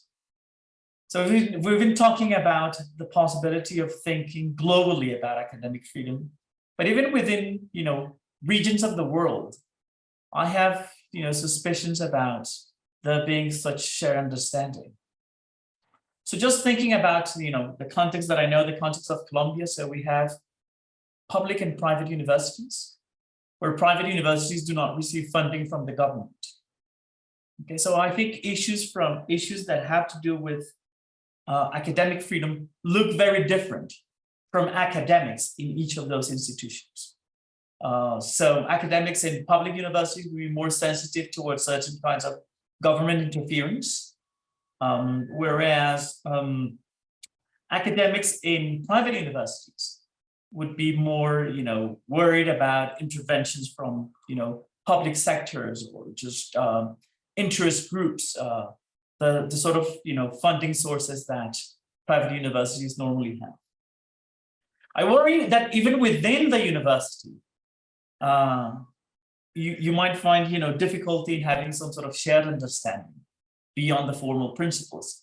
So I'm in the philosophy department, we're in the social sciences school, and every time I talk about academic freedom with people in history department, anthropology, we kind of have a kind of common language. But then if you go to the engineering school and try to have a conversation about academic freedom, a lot of the common language disappears there. And there are other sort of worries and issues just because, the structure, the way the problems discussed in the engineering school, structure of funding, everything's slightly different. So I think one thing that we need to think about is about that shared understanding, even within regions and local communities, which I think it's just a small but significant piece of the puzzle of constructing this kind of global notions and reference. Indeed, thank you for putting things into perspective, and maybe even if that means putting a damper on things sometimes. Simon, would you like to ask a question, make a comment? Hello, I feel I'm a minnow at the downstream, very far downstream from the academics who've spoken, and Shitij was kind enough to promote me to professor, but I don't aspire to it, but I haven't achieved it, whereas he is the president. But I just want to make 2 points about this notion of enforcement, and just to say that Santiago's table at the beginning puts any difficulties that I or others in Britain have experienced. That table you showed right at the beginning, which had a column torture, that puts things into deep, deep perspective. And my husband, who's Nigerian, always says, well, no one's asking anybody's pronouns in Lagos. So, but with that caveat, let me just say that I think there are two issues around enforcement that are problematic. One is, and you could see this in the research that Liviu and the Institute published last September, I think it was, it's around the notion of social sanction. That one of the problems with what we've got at the moment with students particularly, and joined in with academics, is a form of social sanction. And so what's actually happening is it's the fear of the social sanction from speaking up. What happens to you when to your social group? And I don't know what we do about that. I'm not sure how you create within universities and within departments without the collaboration of academics being truly committed to that, because often they join in with that social sanction. So that's one thing that I think is problematic. And it's happening, as a colleague from Australia said, particularly in relation to gender studies. And the second thing that I think is problematic, and I encounter this the whole time, I tend to think about words and actions and hurt and harm. And what happens is, it seems to me, actions cause harm and words cause hurt. What is the proposition or the narrative around students often, especially again in relation to gender questions, is that actually words actually cause harm. Now, there's clearly a dotted line because words contribute to an atmosphere in which people do cause people harm. But what is the connection between words and harm as opposed to words and hurt? So those two things, really, how do we tackle the negative social sanction that the kids experience, which results, as your report articulated, in them being fearful of expressing things? It's the heckler's veto, actually, which stops the expressions. How do we deal with that? And the second thing is, how do we change this narrative, or at least intervene in this narrative around words and harm? Thank you very much. I don't want to impose on people for too long, and I want to make sure that people can take a coffee break. Maybe a final comment from, I'm so sorry, I don't know your name, the lady with the blue scarf. Catharine R. Simpson. Thank you. And I would like to take up what Professor Fanshawe said, because it's fascinating, but I had 2 points earlier. President Kumar, I think you're generally right about the sciences, but just wait in the US until the new reproductive technologies really take hold, And then we'll hear a lot of shrieks from the shriekers that are so common in the United States of Florida today. And the second question, where I think we'll see attempts to suppress research, is in AI. I mean, that may apply more to industry, but I think of the letter signed by, among others, Elon Musk to stop research for 6 months on questions of AI, where it seems to the question is not to stop research, but to put in ethical considerations at the same time with the research. I don't know if you would agree with me or not. Secondly, I would plead for the training of graduate students to include issues of university-wide significance. I have long argued for something I call general education for graduate education. And if we train only in a discipline without education in what it means to be an intellectual citizen, we are producing the kind of disciplines that cannot speak about issues like academic freedom because an initial introduction has not been offered during the process of graduate education. Thank you for listening to me. Thank you, Catherine. I think on that note, I will close. Thank you so much for all your thoughts. I think the conversation really carried itself. Thank you. And I think the next panel has got its work cut out. They can reflect on what a common global framework might look like. So good luck with that. Thank you all very much. And do I hand back to Liviu at this stage? Is there some housekeeping to be? Well, it is just to thank you, Monika, for the elegance of your chairing as always. Good morning, good afternoon, good evening, even later evening. I think we can start again. I will just turn to Kwadwo. I introduced Kwadwo earlier. He's a professor at Ghana School of Law. So Kwadwo, over to you. Thank you very much, Liviu. And let me also say good afternoon, good evening, or good morning, wherever you may find yourself. This panel is made up of 4 panelists, including myself as a chair. We have myself. Then we have Catrin Kinzelbach, visiting professor, Transnational Law Institute / Dixon Spoon School of Law, King's College London, and professor of International Politics of Human Rights, Institute of Political Science, Friedrich Alexander University, Germany. And we have Robert C. Post, Sterling Professor of Law, Yale Law School, USA, and Catharine R. Simpson, Professor of English, University Professor, New York University, USA. So without much ado, and without necessarily looking at the CVs or bios of the presenters, we want to start the session. And I invite Catherine to give us the first presentation. Thank you. Well, thank you also from my side. I listened with great attention and interest to the previous panel and hope to contribute to it now with some more information on the historical development of the concepts that we are kind of interested in the context of the United Nations. Liviu already mentioned that there is some human rights law that is relevant. We all often hear that this has a certain global north or quote unquote Western imprint and may not actually represent a sort of universal conception. And I was interested in finding out whether this critique that the existing conceptual framework in the context of human rights may not adequately represent diversity within the world is accurate. And I looked at this question by investigating the origin, meaning, and also the level of compliance with Article 15.3 in the International Covenant on Economic, Social, and cultural rights that has also already been mentioned.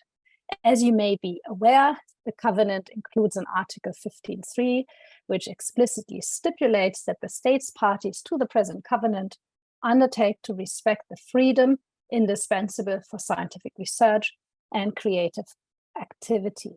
This is a covenant that has been ratified by 171 states. Not a single state has filed a reservation on Article 15.3, signaling a very high degree of commitment to this principle. There are some countries, notably the United States, that have only signed but not ratified this covenant. Nevertheless, it is the most broadly accepted and legally binding covenant. And I think it's interesting for us to understand how has this come about, and maybe what were the contributions and intentions behind it. Of course, I should state that this de jure situation that states have committed to this treaty doesn't in any way imply that they actually comply with it. And I come to that later. Now, I was curious in finding out more about this because I'm interested in academic freedom, but also because it's curious that we actually find a freedom in the Covenant on Economic, Social and Cultural Rights, because all other freedoms are actually enshrined in a completely different treaty, the Covenant on Civil and Political Rights.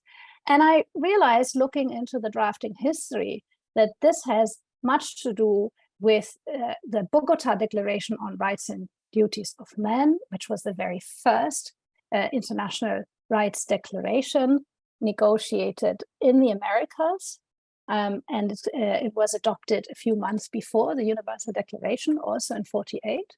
And there was an Inter-American Juridical Committee headed by a Brazilian scholar, and then with members largely from Latin America, but also including the United States, that had actually developed this very first International Bill of Rights, which then became a template for the Universal Declaration.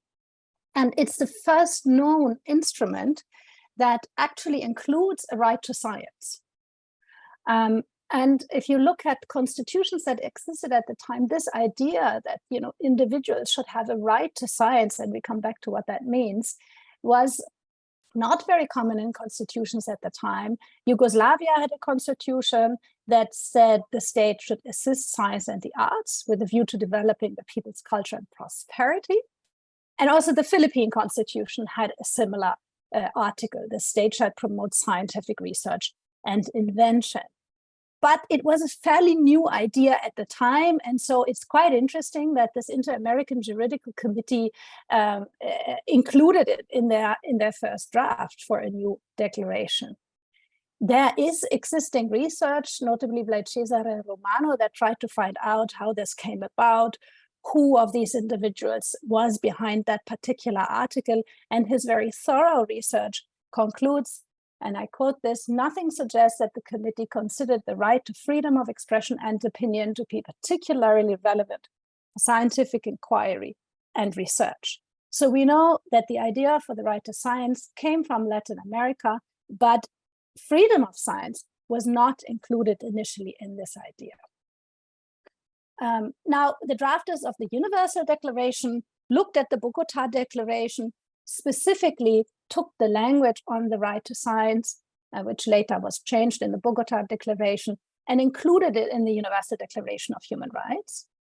And in the 11th hour, really, very late in the negotiations, this word that I put up here in bold, freely, was added to an article that otherwise was really only a participation right. It spoke about humans, and so not scholars, academics, but humans. We're talking about human rights treaty, right? Humans' right to participate and share in scientific advancement. And it didn't speak about freedom initially at all, until a Peruvian delegate, as I found in the Travaux Préparatoires, called José Encinas, suggested on the 20th of November, 1948, so very few days before the Universal Declaration was formally approved, that this word be added: freely. Everyone has the right freely to participate in scientific advancement and its benefits. And he justified this by saying that the right to do so, so to engage in scientific advancement, needed to be with complete freedom, without which there could be no creation worthy of man. So he didn't make an instrumental argument, as we often hear. We need scientific freedom so that science can advance. But he said, without freedom, the creation, scientific creation, would not be worthy of man. And it's very interesting. We know very little about José Encinas. We have this Peruvian who spoke very few days actually after a military coup, and he used this opportunity to include freedom into the Universal Declaration. And Peru had a constitution already then that supported academic freedom. So the idea came really from Latin America in the context of the UN. Now, there were debates at that time about freedom in science and the degree to which states should regulate it. And there was a strong proposal actually by the Soviet Union to place science under the control of politics for the purpose of peace and development and so on. And you see here the names in bold. A lot of countries argued against it. And eventually they decided to keep freedom included. Now this debate, and I'll be quick, re-emerged in the 1950s when the covenant that I mentioned was negotiated. And again, the idea was made, should we place science under the control of politics in order to further the specific positive applications? Lots of debates again, and notably the Philippines really fought strongly for free science. And the United Kingdom of all countries was actually more concerned about possibilities of states to regulate science, limit science in the name of national security, public order, and what I found quite surprising in the travaux préparatoires, morality, right? So I want to highlight that in the context of previous debates in the UN, I think we have a very broad consensus, not without contestation, of course, but nevertheless, a broad consensus reached that science should be free.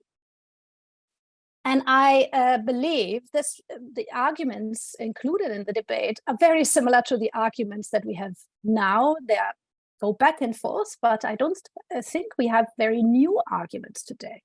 What is new is a geopolitical situation that would make it complicated, I would argue, to open up the existing conceptual framework as negotiated in the UN. And by the way, there's detailed interpretations available that for lack of time I can now not cover. If we open this consensus, however imperfect, I would be worried that authoritarian countries will have a much stronger imprint on the text, and therefore we might actually reach a lower common denominator that we have now, even though, of course, I must admit that the fact that this treaty exists doesn't actually lead to full compliance in reality, and that's the real challenge that we have to take on and think about. Okay, thank you very much, Catherine. I now call on Robert Post, Sterling Professor of Law, Yale Law School, USA. Robert, you have the floor. Thank you, Kwame. So I'm coming at this from the point of view of an American legal academic, so I'm a legal realist. I'm much less interested in texts than I am in the realities that the texts point to. And this is not merely a question of enforcement, although that's a separate issue. The fundamental question for me is there something that a right of academic freedom would point to that has international agreement or consensus? What would we actually be protecting? And if you look at various different concepts of academic freedom, some of which have been mentioned today and this morning, you see them pointing in many different directions. Some emphasize the idea of the university as an institution. Some emphasize the faculty. This is the labor emphasis that we saw mentioned. Some emphasize, as we just saw, Katrin, science and research and knowledge, which is different than the university as an institution. And some emphasize norms, the norms by which we separate knowledge from the community. So let me just discuss for 2 seconds what the idea of academic freedom is in the United States by way of separating out these ideas. In the United States, academic freedom is chiefly a contractual right. It's a right that refers to the 1940 Statement of Academic Freedom that was created by the American Association of University Professors. It's contained in the contracts of most universities. I'm talking now private universities, but also public universities. There's a weak and very confused constitutional right of academic freedom, but nobody really knows what it means. So the first point about academic freedom in the United States is that it is entirely separate from the concept of freedom of speech. Freedom of speech means freedom to say what you want. Academic freedom is oriented around the idea of competence. You are free to do what is professionally competent to do, whether it's research or teaching. And so academics are subject to perennial judgments, like they get tenure, they get hired, all on the basis of the evaluation of what they say and what they do. And this is contrary to basic principles of freedom of speech. We heard the president of King's College today talk about the letter from Jenny Martinez, the dean of Stanford, to the students. That was entirely articulated in terms of freedom of speech, and in fact was basically incompatible with the notion of academic freedom, the letter that the president praised earlier this morning. Academic freedom in the United States has 3 and often said to be 4 components. One is freedom of research and publication. The second is freedom of teaching. The third is freedom of what's called extramural speech, that is to say, freedom to speak as a citizen in ways that have nothing to do with your expertise. And often we say there's a 4th component, freedom of intramural speech, freedom to speak in ways that concern the university governance. So that's the basic outline of it. If we were to generalize academic freedom to a global reference, we would have to think first, what are we talking about? Are we talking about freedom of research and publication? Are we talking about freedom of teaching? Are we talking about freedom of intramural or extramural speech, etc.? So let's just take freedom of research as one component of an international global reference. What do we want to protect about the international creation of knowledge? So we could say it's the freedom of science. This is what the text that Katrin was pointing to. But knowledge and science is created in many institutions besides a university. It's created in any corporation, Xerox PARC, IBM. These are all institutions that create knowledge. Are we going to say that they have academic freedom, or is it only the university, the creation of knowledge in the university, which has academic freedom? And the answer to that question is actually very interesting, and it would reveal a good deal about what the essence of our concept of academic freedom is. A second issue is it academic freedom to concern something specially about, say, university citizens? In most countries, this is a right that pertains to a university and not to other institutions. So do they pertain, are they the kind of rights that anybody would have, or are they special to the university? A third question would be in the university, and we saw this in Stephanie's presentation. Are they rights in the university that apply to faculty or to students or to staff? Who? And then this would go to, of course, the question of the functionality of what we want to protect, who in the university is connected to the creation of that value. Next, we would ask about the students in particular. Is students concerned in an academic freedom or not? Now, notice there are a million different questions that are raised there. To answer any one of those questions would require you to have a much more precise notion of what it is that any global reference would refer to. I myself would understand academic freedom of research to be about the protection of the norms by which we distinguish knowledge from opinion. And these norms are typically articulated and entrenched in universities and not in other institutions. Other institutions that create knowledge, like Xerox PARC or IBM, use the training provided by universities to create knowledge. But it's only universities that can certify the norms by which, the disciplinary norms, by which we distinguish knowledge from opinion.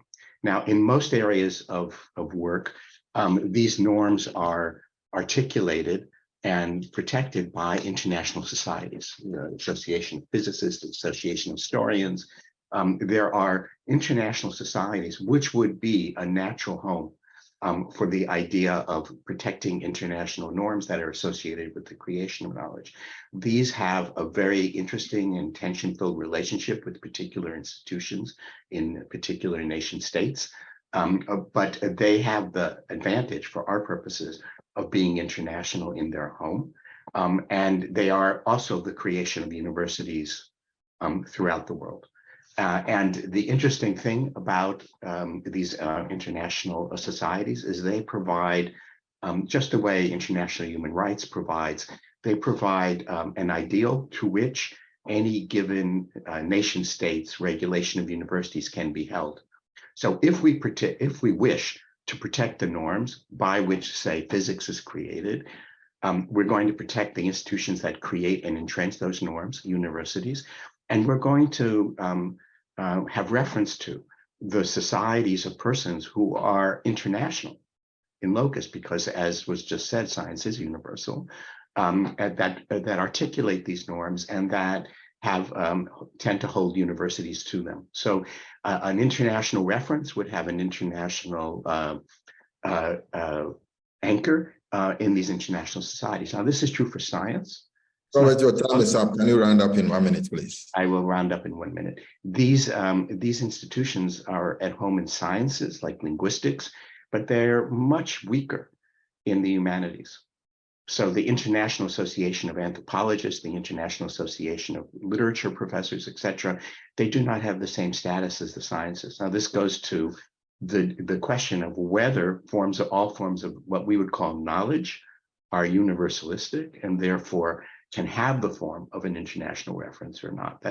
All of these questions are implicit in the ideal and the aspiration to create an international reference. And I've just talked here about knowledge creation. I haven't talked about teaching, and I haven't talked about participation in the university. Thank you very much. The next presentation is titled The Desirability of the Impossible, and it's to be presented by Katrin. Katrin is Professor of English, University Professor, New York University, USA. Katrin, you have the floor. My thanks to the organizers of this wonderful session. I am honored and delighted to be here. Now, next, give me 1 second to explain my title. The desirability of the impossible. And this is what I mean by it. The impossible is more than an ideal that apparently cannot be achieved in the future. The impossible is a goal towards which to work year after year, generation after generation, century after century, even millennium after millennium. And without an idealistically infused goal, the present is banal, arid, and nihilistic. Without an idealistic infused goal, hope drips, hope dribbles. And then perhaps, to great surprise, with hard work, that goal can come to seem less and less impossible. And human rights is such a goal. And it is worth noting that 2023 is the 75th anniversary of the Universal Declaration of Human Rights. And Katrin, thank you for your wonderful history of what led up to that declaration. Now, a fresh statement, and I hope we can create one, a fresh statement about global academic freedom would represent another idealistically infused goal. And I have 2 suggestions for such a fresh statement about global academic freedom. One is about ethics, and the second is about a possible relation to decolonization. And those ideas I take from that great writer whom many of us still miss so badly, Edward Said, who died in 2003. First, the ethics of a global academic freedom. I revere the classic text of academic freedom in the United States, the 1915 AAUP statement. However, it was produced at a time of blatant racial, religious, ethnic, and gender discrimination in the American Academy and elsewhere. A redesigned global statement must speak to the wiping away of any bias against those who wish to gain access to education and who wish to become a working citizen, and I stress working citizen, in the domains of teaching and research. The wiping away of bias entails the repression, and yes, I use the word impression, perhaps with a certain irony, of selfish behavior. These would have to be a voluntary ethic, of course. You cannot legislate decency. But I have recently argued for a new decorum in academic life, which has also been called the new civility. And the new decorum outlines a protocol of due process in human relations that is compatible with academic freedom. It calls for the restraint of the selfish libido and the restraint of self-gratifying power drives. And holding these in check, academic citizens would show the respect for others that a pluralistic society demands. And next, a possible relation to decolonization to global academic freedom. And obviously, I speak here as a white woman citizen of the United States, which has had more than one colonizing moments. In 1999, Edward Said gave a speech at the American University of Cairo called On the University. And like the spacious corpus of Said's work, it is learned but lucid, fluent but deep, powerful but capable of play. On the University also has his usual exhilarating range. And of his ideas, 3 are most pertinent now. First, he asserts in every known society, from the ancient Near East, the Arab world to China, India, Greece, and elsewhere, the academy was, in his words, a protected, almost utopian place. It was and is special and different, as I might suggest hospitals are, especially if they operate under the Hippocratic Oath. Only here, Said says, in this special place, could collective learning and the development of knowledge occur. And today we would deploy academic freedom from crushing authorities as the necessary guarantee of this site's strength. Secondly, Said knows that many people in their institutions are now emerging from marginality and persecution. Foreigners have dominated them. And I don't know about the rest of the people listening today at this webinar, but I find Tagore's 1918 statement about Asian culture a wonderful, wonderful example of speech against foreign domination.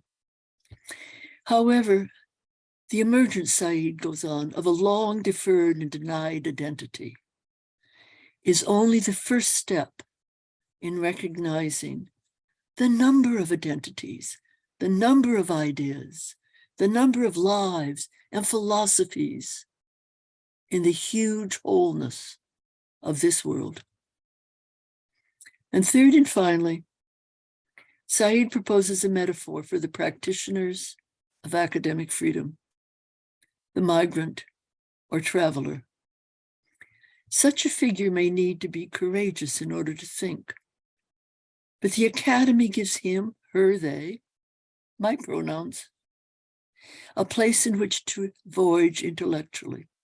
Catherine, please, your time is up, so I'll give you 1 more minute to round up. Got it, thank you. No knowledge can or must be forbidden. Said then opposes to the metaphor of the traveler a metaphor for a figure in authority, and that figure is the sultan and the potentate. They teach students to follow authority, not to question it. The genuine academy must resist the sultan and the potentate. Risky, yes. Dangerous, yes. But it is our entrance into a ceaseless quest for principles of knowledge, liberation, and finally justice. Please note Said's word, ceaseless quest. The desirability of the seeming impossibility of universal academic freedom is the solar energy of our journey towards it. Thank you. Thank you very much, Catherine. It's my turn now, and it's interesting timing myself to be able to meet the 7-minute mark. So my presentation is looking at the coloniality of higher education and academic freedom in Africa. And I define coloniality of higher education as long-standing patterns of power ensuing from colonialism and contributing to define knowledge production, culture, labor, and intersubjective relations. It's also about the quality of the continent's higher educational system being or remaining colonial. Now, in terms of coloniality of academic freedom, I indicate that first, academic freedom is deemed colonized because of the denial of the origins of the university in Africa. Meanwhile, there's records that indicate that otherwise. Talk about the universities in Egypt, and currently the oldest existing university in the world is in Morocco. Second, the denial of the origins of academic freedom in the higher education space in Africa. And the third is the fact that the origin of academic freedom is related to, or the denial of academic freedom and its relationship to right to science in ancient African societies.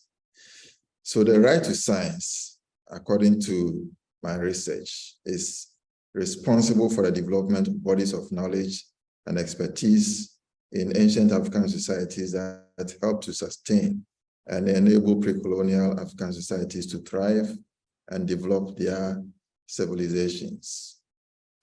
And it is this right to science which resulted in more sophisticated forms of formalized education and which gave rise to academic freedom to facilitate knowledge production in pre-modern African universities. Now, there are 3 ways in which the purpose of the university has been identified. One is the pursuit of truth.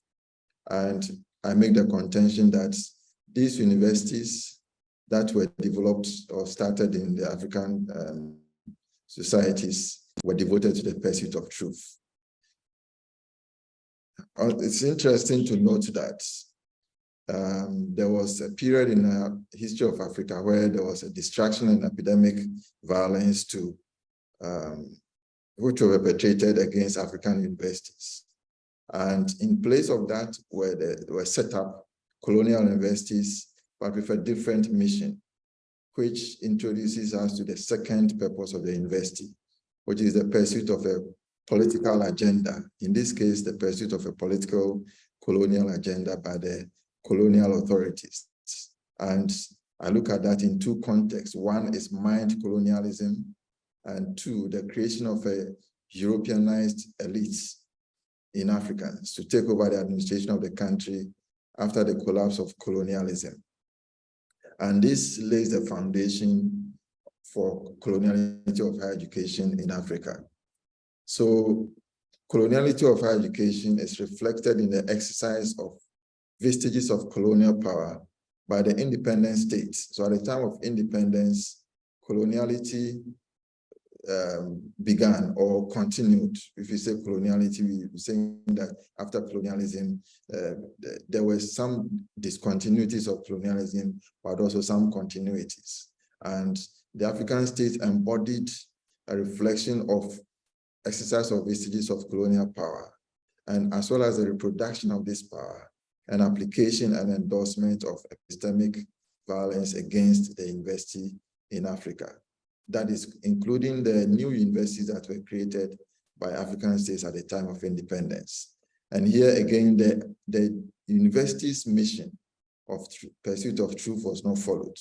It remained a political agenda in this context, turning the university into developmental universities so as to be a tool to promote development for African states after independence. And this led to the capture of the university by the political elites to make the university as part of the organic structure of the one-party states, which most African countries experienced after independence. So one actor or player in the university space that has contributed to the political agenda, continuation of the political agenda, is the nation states or the government of the African states. Second, I mentioned two other actors. One is the IMF and the World Bank. As in the 70s, when African countries faced a number of challenges, they came in to introduce reforms which extended to the universities, and whereby the higher education institutions became subservient to market objectives, which introduced managerialism, commodification of knowledge, and so on. The third I want to mention is Western universities, most of them through internationalization have become a reflection of the legacies of colonial expansion, and which has created a sort of center-periphery dichotomy between its relationship with African universities. So at the center are the Western universities that are the producers and suppliers of knowledge and with funding sources. And at the periphery are the consumers of knowledge in terms of knowledge as well as in terms of funding. And these are the African universities. So in the words of Alemu, this relationship is asymmetrical, unethical, and unequal. And African academics have responded to these challenges by introducing a third element in the purpose of the university or the function of the university, which is a pro-democracy focus, which is to identify some weaknesses in the society and how best academics can join gown to town and help the society to realize some of these goals. So this is reflected in a number of declarations that were made by African states, the Kampala one, the Dar es Salaam one, and then the Juba one. On the part of African states themselves, at the time of independence, at the fall of the Berlin Wall, we see, my time is up, so I'm also giving myself 1 minute to round up. Many African countries introduced academic freedom in their constitutions, but there has not been an organized attempt to define academic freedom within these constitutions. Number two, the African Commission on Human and People's Rights does not have a resolution or declaration on academic freedom. We see a scanty reference to academic freedom in the Commission's principles and guidelines on the implementation of economic, social, and cultural rights guaranteed in the African Charter. But the Declaration of Principles on Freedom of Expression, the first one was done in 2002, so it was revised in 2019. There's no reference to academic freedom. So again, we see, just like Catherine has said, reference to academic freedom in the economic, social, and cultural rights sense, but not in the civil and political rights sense. Rounding things up, I make the case that a definition of academic freedom that speaks to the experience of Africa and to return to the pursuit of a truth agenda and self-determination, whereby academics are involved in determining what to teach and what to research, and how to teach and research is critical to redefining academic freedom. And the colonization of academic freedom will also help to reformulate academic freedom as a global shared reference and as a tool for self-determination of the academic community in African universities. Thank you very much. So that ends my presentation, and I will try and summarize the submissions of my 3 colleagues before I open the floor. Catherine helped us to go back to the origins of the right to science as we see in Article 15.3 of the International Covenant on Civil and Political Rights. And she helped us to understand the fact that it was more or less a political agenda, and it ended up that a freedom that is ideally should be found under the Treaty on Civil and Political Rights finds itself under the Covenant on Economic, Social, and Cultural Rights. Robert also helped us to see academic freedom in the US context as contractual and also based on competence. So tenure is based on one's ability about what to speak, even though it's not directly connected to freedom of expression or speech. And he mentioned 3 ways in which academic freedom is exercised or enjoyed in the university space in the US. Freedom for research, freedom for teaching, and extramural speech. On the part of Katrin, she talks about the desirability of the impossible, and she makes 2 suggestions that informed her contribution, which is the ethics of global academic freedom and the possible relations to decolonization. And she made reference to Edward Said on this matter. So in brief, these are the presentations submitted by the panelists, and I now wish to open the floor to contributions, questions, and comments. So who goes first?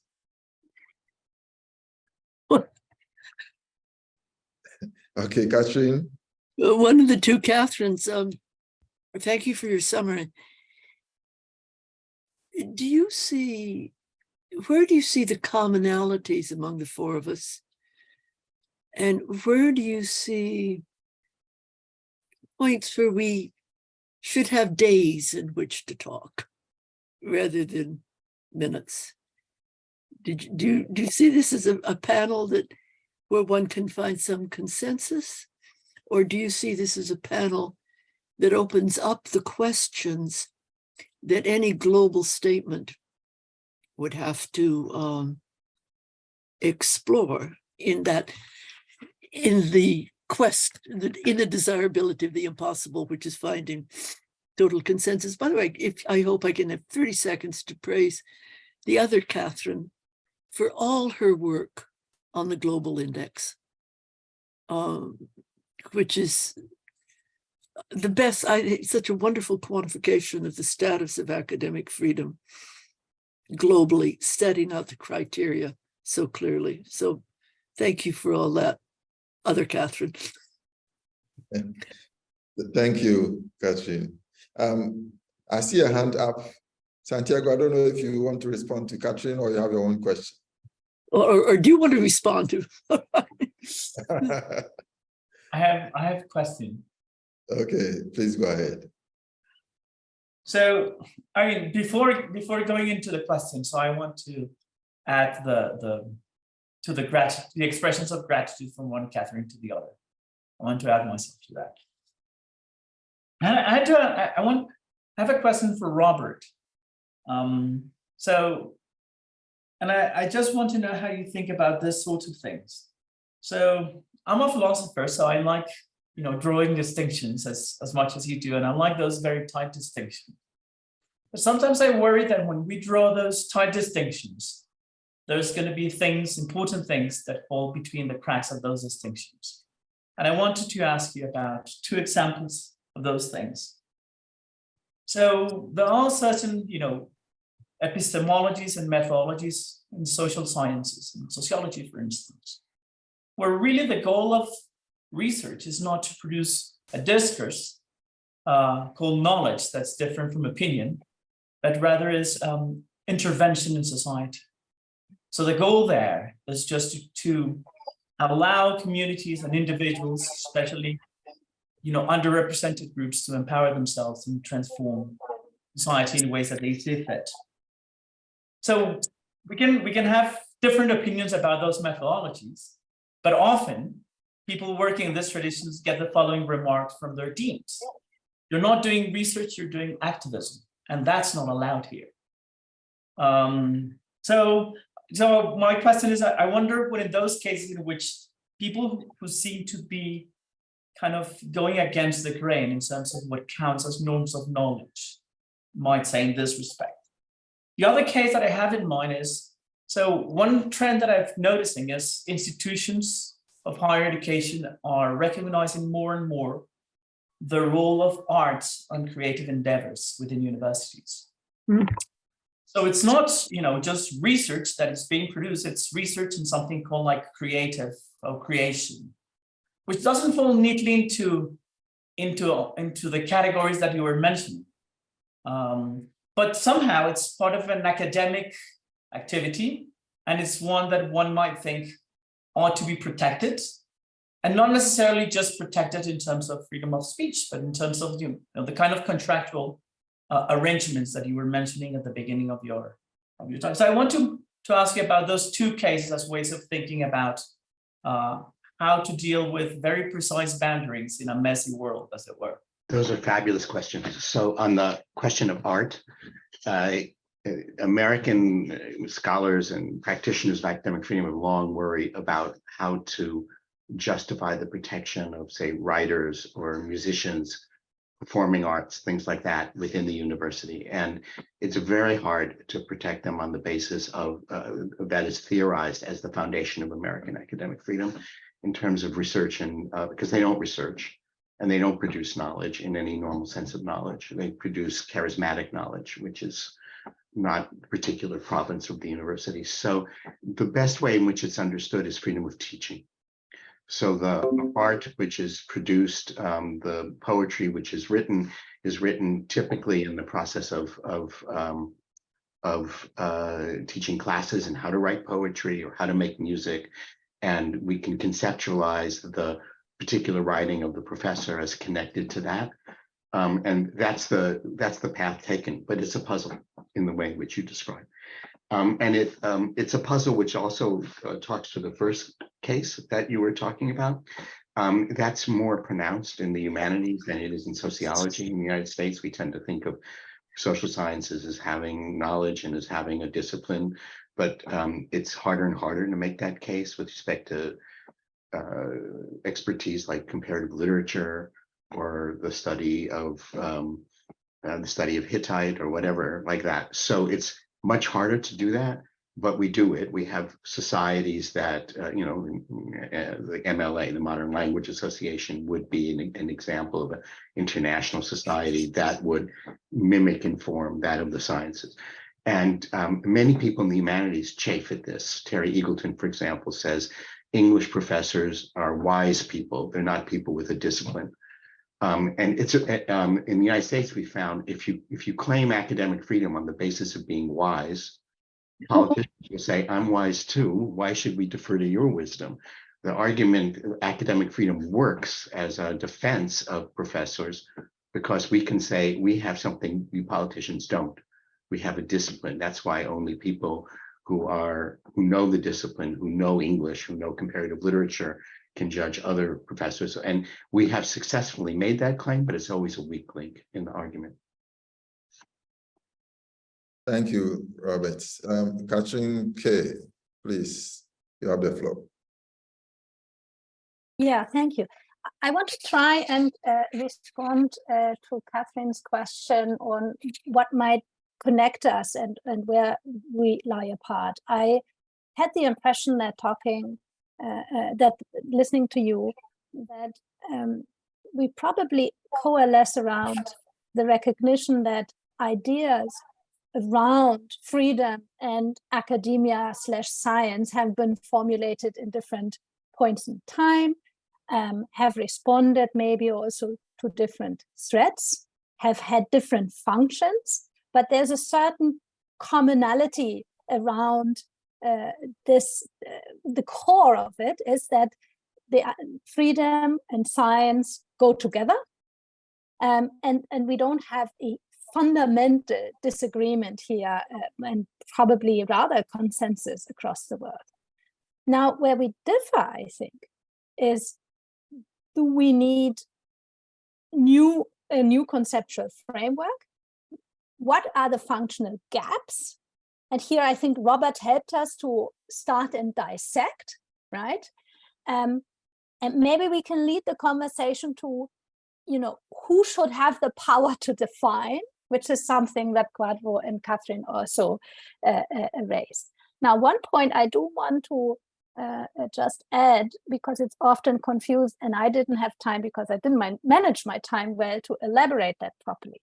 There is, of course, a difference in starting point between human rights and that whole conversation about the freedom of science and the term academic freedom that Robert rightly suggested has a contractual nature and is specific to people working in the university, right?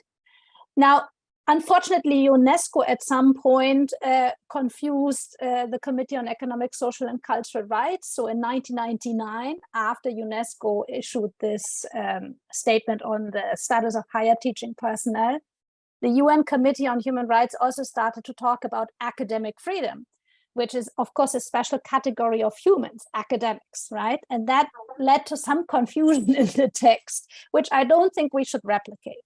There is an argument to be made that anybody who wants to use their intellectual capacities to engage in science ought to be free to do so. Businesses that want to use scientific means to develop knowledge ought to be free to do so. But there's a functional difference between what they do and what universities do. So the question is there something in addition to this binding law, which is really supposed to protect everybody who wishes to engage in scientific activity and in education, and what universities need to be free in the specific circumstances of the 21st century. And here I think it would be dangerous to ask states at this point in time to negotiate a new international consensus on what universities' role should be in society because of the power relations at the moment. I doubt that we would get anything better in the context of the UN than what we already have. And I actually view the current negotiations in the context of UNESCO on the recommendation on science with quite some concern, because they highlight responsibility over everything else and leave it to the states to define what responsible science is. And I find that the wrong direction. But I do believe that as the scholarly community is much more connected today than it has ever been, there might be an opportunity for scholars from around the world, to express themselves on their professional demands and needs and entitlements. And that would be more specific to academics and not generally right to science. Thank you, Katrin. Liviu, your turn, please. Yeah, so I will also try to answer Kate Simpson's question. And, I was thinking that if the answer is difficult to the question, what is common in this group, in this discussion, if that answer is difficult, it's not because there is no answer, but because there are quite a few answers as a matter of fact. So I'm going to choose one very simple answer. And it is simple because it is easy to answer. And I'm coming, Kate, from not from an intellectual perspective that much, but from administrative perspective. I have a task, right? And the task is to come up eventually with a set of principles for reimagining academic freedom. So I have to think of that. I have to tell my president in September or October, here is the draft. So I try to avoid the complications. Well, of course, I'm joking a little bit, but I think one thing that is common is that we tend to agree that it is worthwhile to think about a global reference or global references for academics. That's desirable to use half of Kate's title. But then, when we are talking about this, and I'm going to what Robert said, and also Katrin just said, is what is universal? The university of what? And I think it is possible, based on discussions like this one in part, to think of whatever we call it, an analytical framework perhaps, where we can answer the question, universality of what? And that might also perhaps help us to decide what can we do, right? So do we want to protect academic freedom as everything taken together everywhere? Do we want to promote academic freedom in a particular context, or perhaps a particular component of it? And I think this would be an interesting, well, of course, it's also an intellectual exercise, but also an administrative exercise. If we think about an analytical framework that would allow clarity, perhaps, and including clarity of choice. What can we do? What can we do in priority? What can we think of?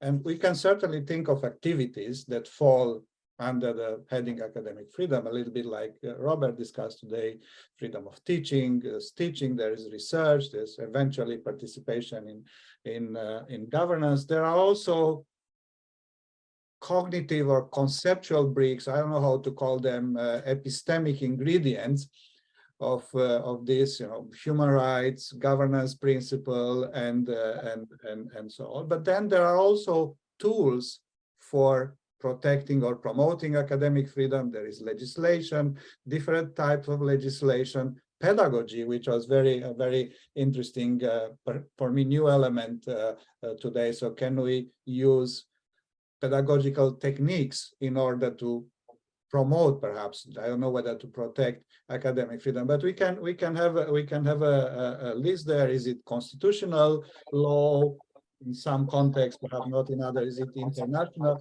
So I think we can have a list of categories, and then say, fine, this is what I can do as a university president. This is what I can do as a professional association. This is what I can do as something else, but keeping in mind the relevance of something universal in one or another of these dimensions and ingredients. So this is a little bit perhaps an eventual task for us. I have to confess I'm less certain now at this, well, we are almost at the end of the meeting. I'm less confident now than I was at the beginning about the force of the argument. Yes, there is a need to reimagine academic freedom. I don't know what to think about it exactly. So my intuition is that still that is needed and doable to some extent, but that's another idea. And the only other point I wanted to make is something that Kwadwo said, also speaking about global reference, that decolonization of academic freedom is necessary in order to talk about a global reference. And it is, in a way, decolonizing academic freedom is universalizing academic freedom. So I thought that was also interesting. I'll stop here. Katrin, please go ahead. Thanks, Liv. Thank you. Liviu, let me help you if I can with your task. I think it is time to reimagine academic freedom, and your paper can do it. And I think I'm now trying to put together elements of the panel, but it has to be a reimagining of academic freedom. I think it does have to take into account Said's notion and Said's definition of that place where collective knowledge is brought together, the only place where you can have that act of collective knowledge. And we now call it the university. I think it also at least has to mention that these spaces in the past, which are sacred to me, but they did have awful, grievous flaws. The flaw of colonization and the flaw of denying access to many people who sought to become working citizens of these spaces. So I think that should go into your statement. I would add, if I might, one more thing. I had to cut my reference to you, Bob, and my quotation for you about academic freedom. So thank you. I've learned so much from you over the years. But to the knowledge-opinion dichotomy, I think now one of our jobs in these sacred spaces is to work against disinformation, provable disinformation. Now, it's an embarrassment to be an American now in terms of questions of academic freedom. And part of the embarrassment is the disinformation that was sent. Bob, I hope you agree with me as the other American, the disinformation that went out from distinguished academics about vaccine and the coronavirus. But I think that part of a reimagined academic freedom, especially as AI can spew it out can spew out disinformation with such speed, is we have to be a broker between information and disinformation.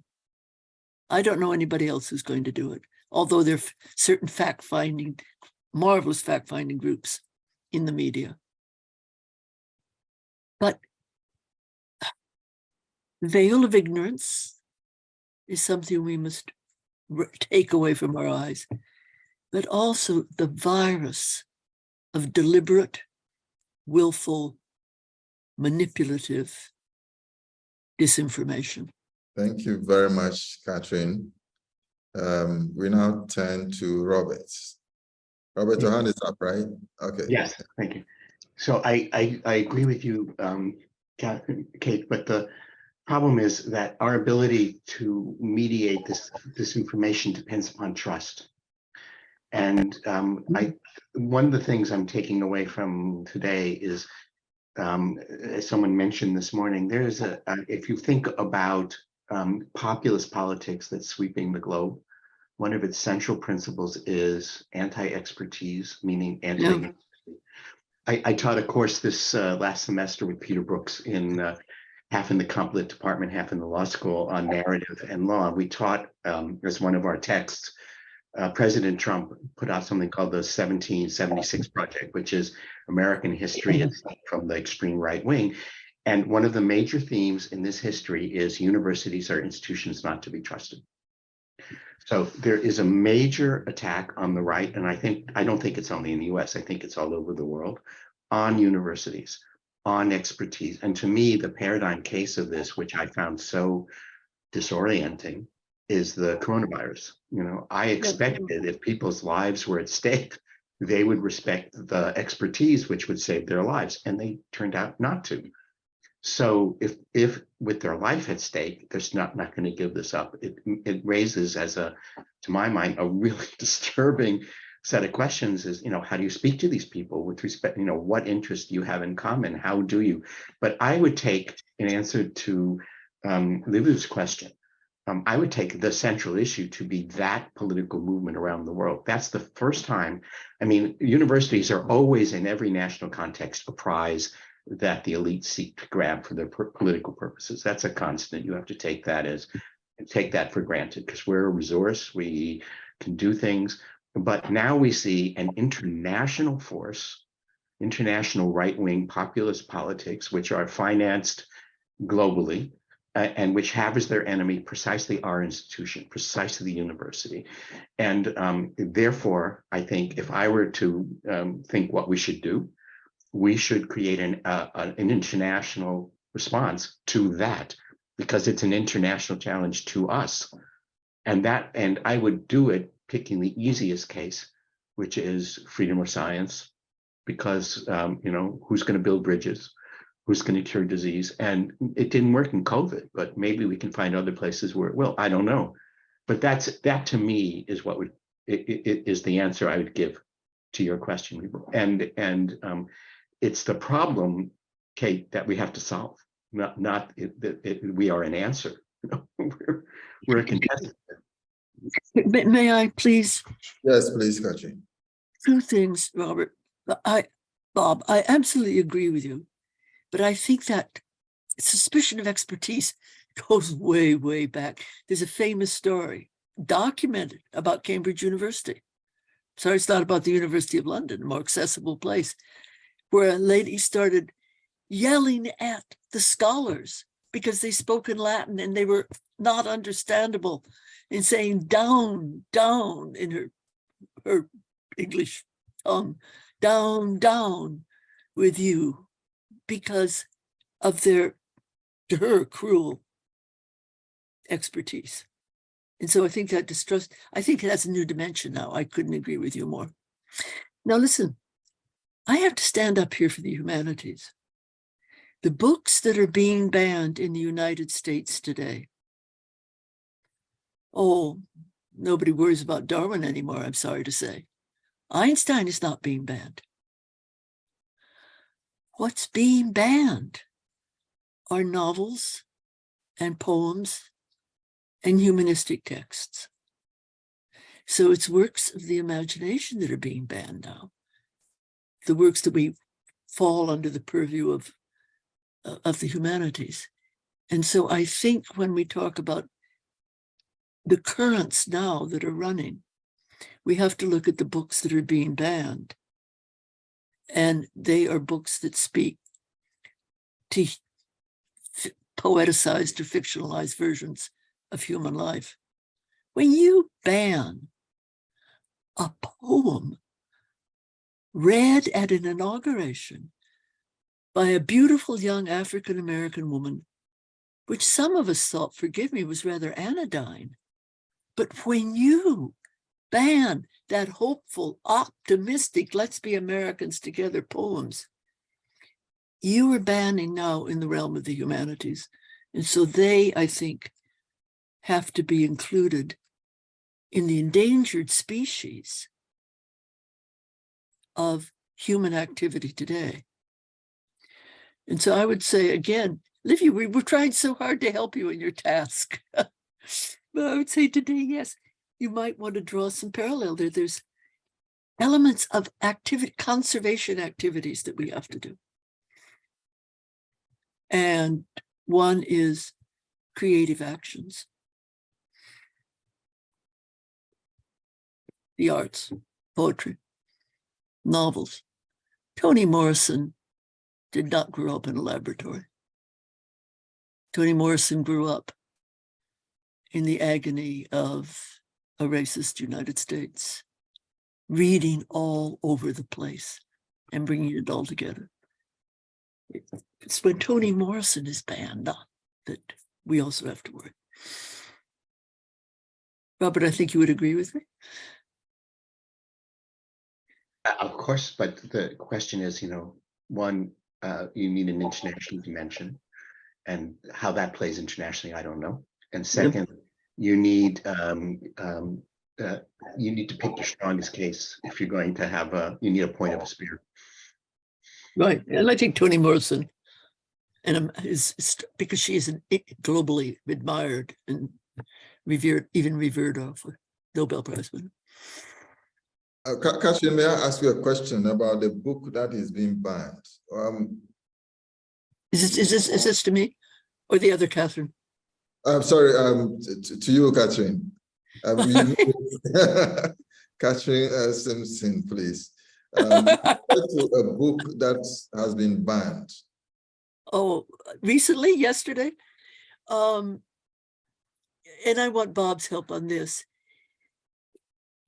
In President Biden's inauguration, a young woman, 23 or 24 years old, named Amanda Gorman, read a beautiful, quite beautiful poem about an aspiration to coming together and an aspiration for realizing the promise of our common humanity. Yesterday, we learned that that poem had been banned in a school in Florida because of the complaint of one parent who said she just knew that it incipiently was calling for hatred. But the list of authors but there are list after list of authors, as well as bodies of thought, such as gender studies and critical race theory. There's a much longer list of authors, which I would say Toni Morrison, and then the author Judy Blume, and from, fortunately, on the left, some of Mark Twain's work are placed, and there are lists that, luckily, there are organizations such as the American Library Association and the American Association of University Professors, which Bob led so valiantly for several years. There are organizations which are categorizing and keeping track of these bands. But the specific answer to your question, it was this young woman's lovely poem. And one parent said, ooh, it's hateful. It's the shift of expertise to the parent. Yeah. Part of the difficulty here is that these are bans, Kwame, in elementary schools, and it's K-12, called not higher education. So traditionally, states use K-12 as forms of socialization. And so, what goes in and what goes out, academic freedom has rarely been applied in that context. And indeed, I think in Colombia, Santiago, there are organizations now sponsored by evangelical money from the US that gives these cards that they can give to an elementary school teacher, and then the elementary school teacher can't teach them this, that, and the other. There's things like that. I've been told that by members of your constitutional courts. So elementary school education is a major source of this. But if we're thinking now higher education, what we're seeing is the banning of certain forms of classroom teaching, certain ideas of history in Florida. We're seeing it in Texas. We saw it in a different form earlier, but now it's just out and out legislation. And these are all being challenged in lawsuits. I'm in some of these lawsuits. So there's some hope in higher education that we can set these aside. It's very unclear what can be done in K-12 education and lower education. Very hard to get the right theories for that. And libraries, and the libraries too are under. That's where they're being banned. And this is all under the sign of parental control of education. That's the major theme that's being pushed. Where again, the notion of expertise is being transferred from scholars and academic and researchers to the single parent. I was finding cases in 1900 in the US where the Supreme Court of various states would say, if a parent doesn't want their son or daughter being taught math, they have that control. So we're starting from a baseline 120 years ago, where any parent could prevent any school from teaching anything that they didn't want taught to them, whether it's grammar or music or math. And we moved to a situation, this had got to do with the expertise in education, where the state takes control of what the curriculum is. And now we're in the swing to move back. Okay. Liviu, can I see your hand up? Yeah, so this has been a long day, and I think we have remained among diehards here of academic freedom. I wanted to touch quickly, and not to make light on two otherwise very serious matters. And there was this discussion about populism and international dimension. I think it is important to observe that not only good references travel or models, but bad references travel as well, and they travel with or more easily among like-minded or neighboring countries.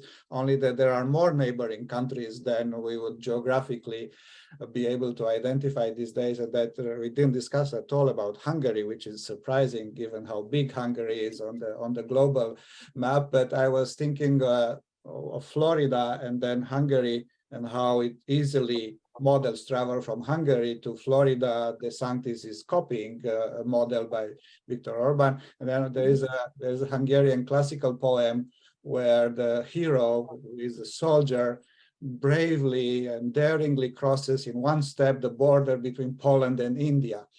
So something similar happens there because there is this internationale of populism. So I think that is something important to keep in mind, but also the idea that there are all kinds of references, not only what we could say good or positive reference. And the second thought, it's an interrogation, not like a question.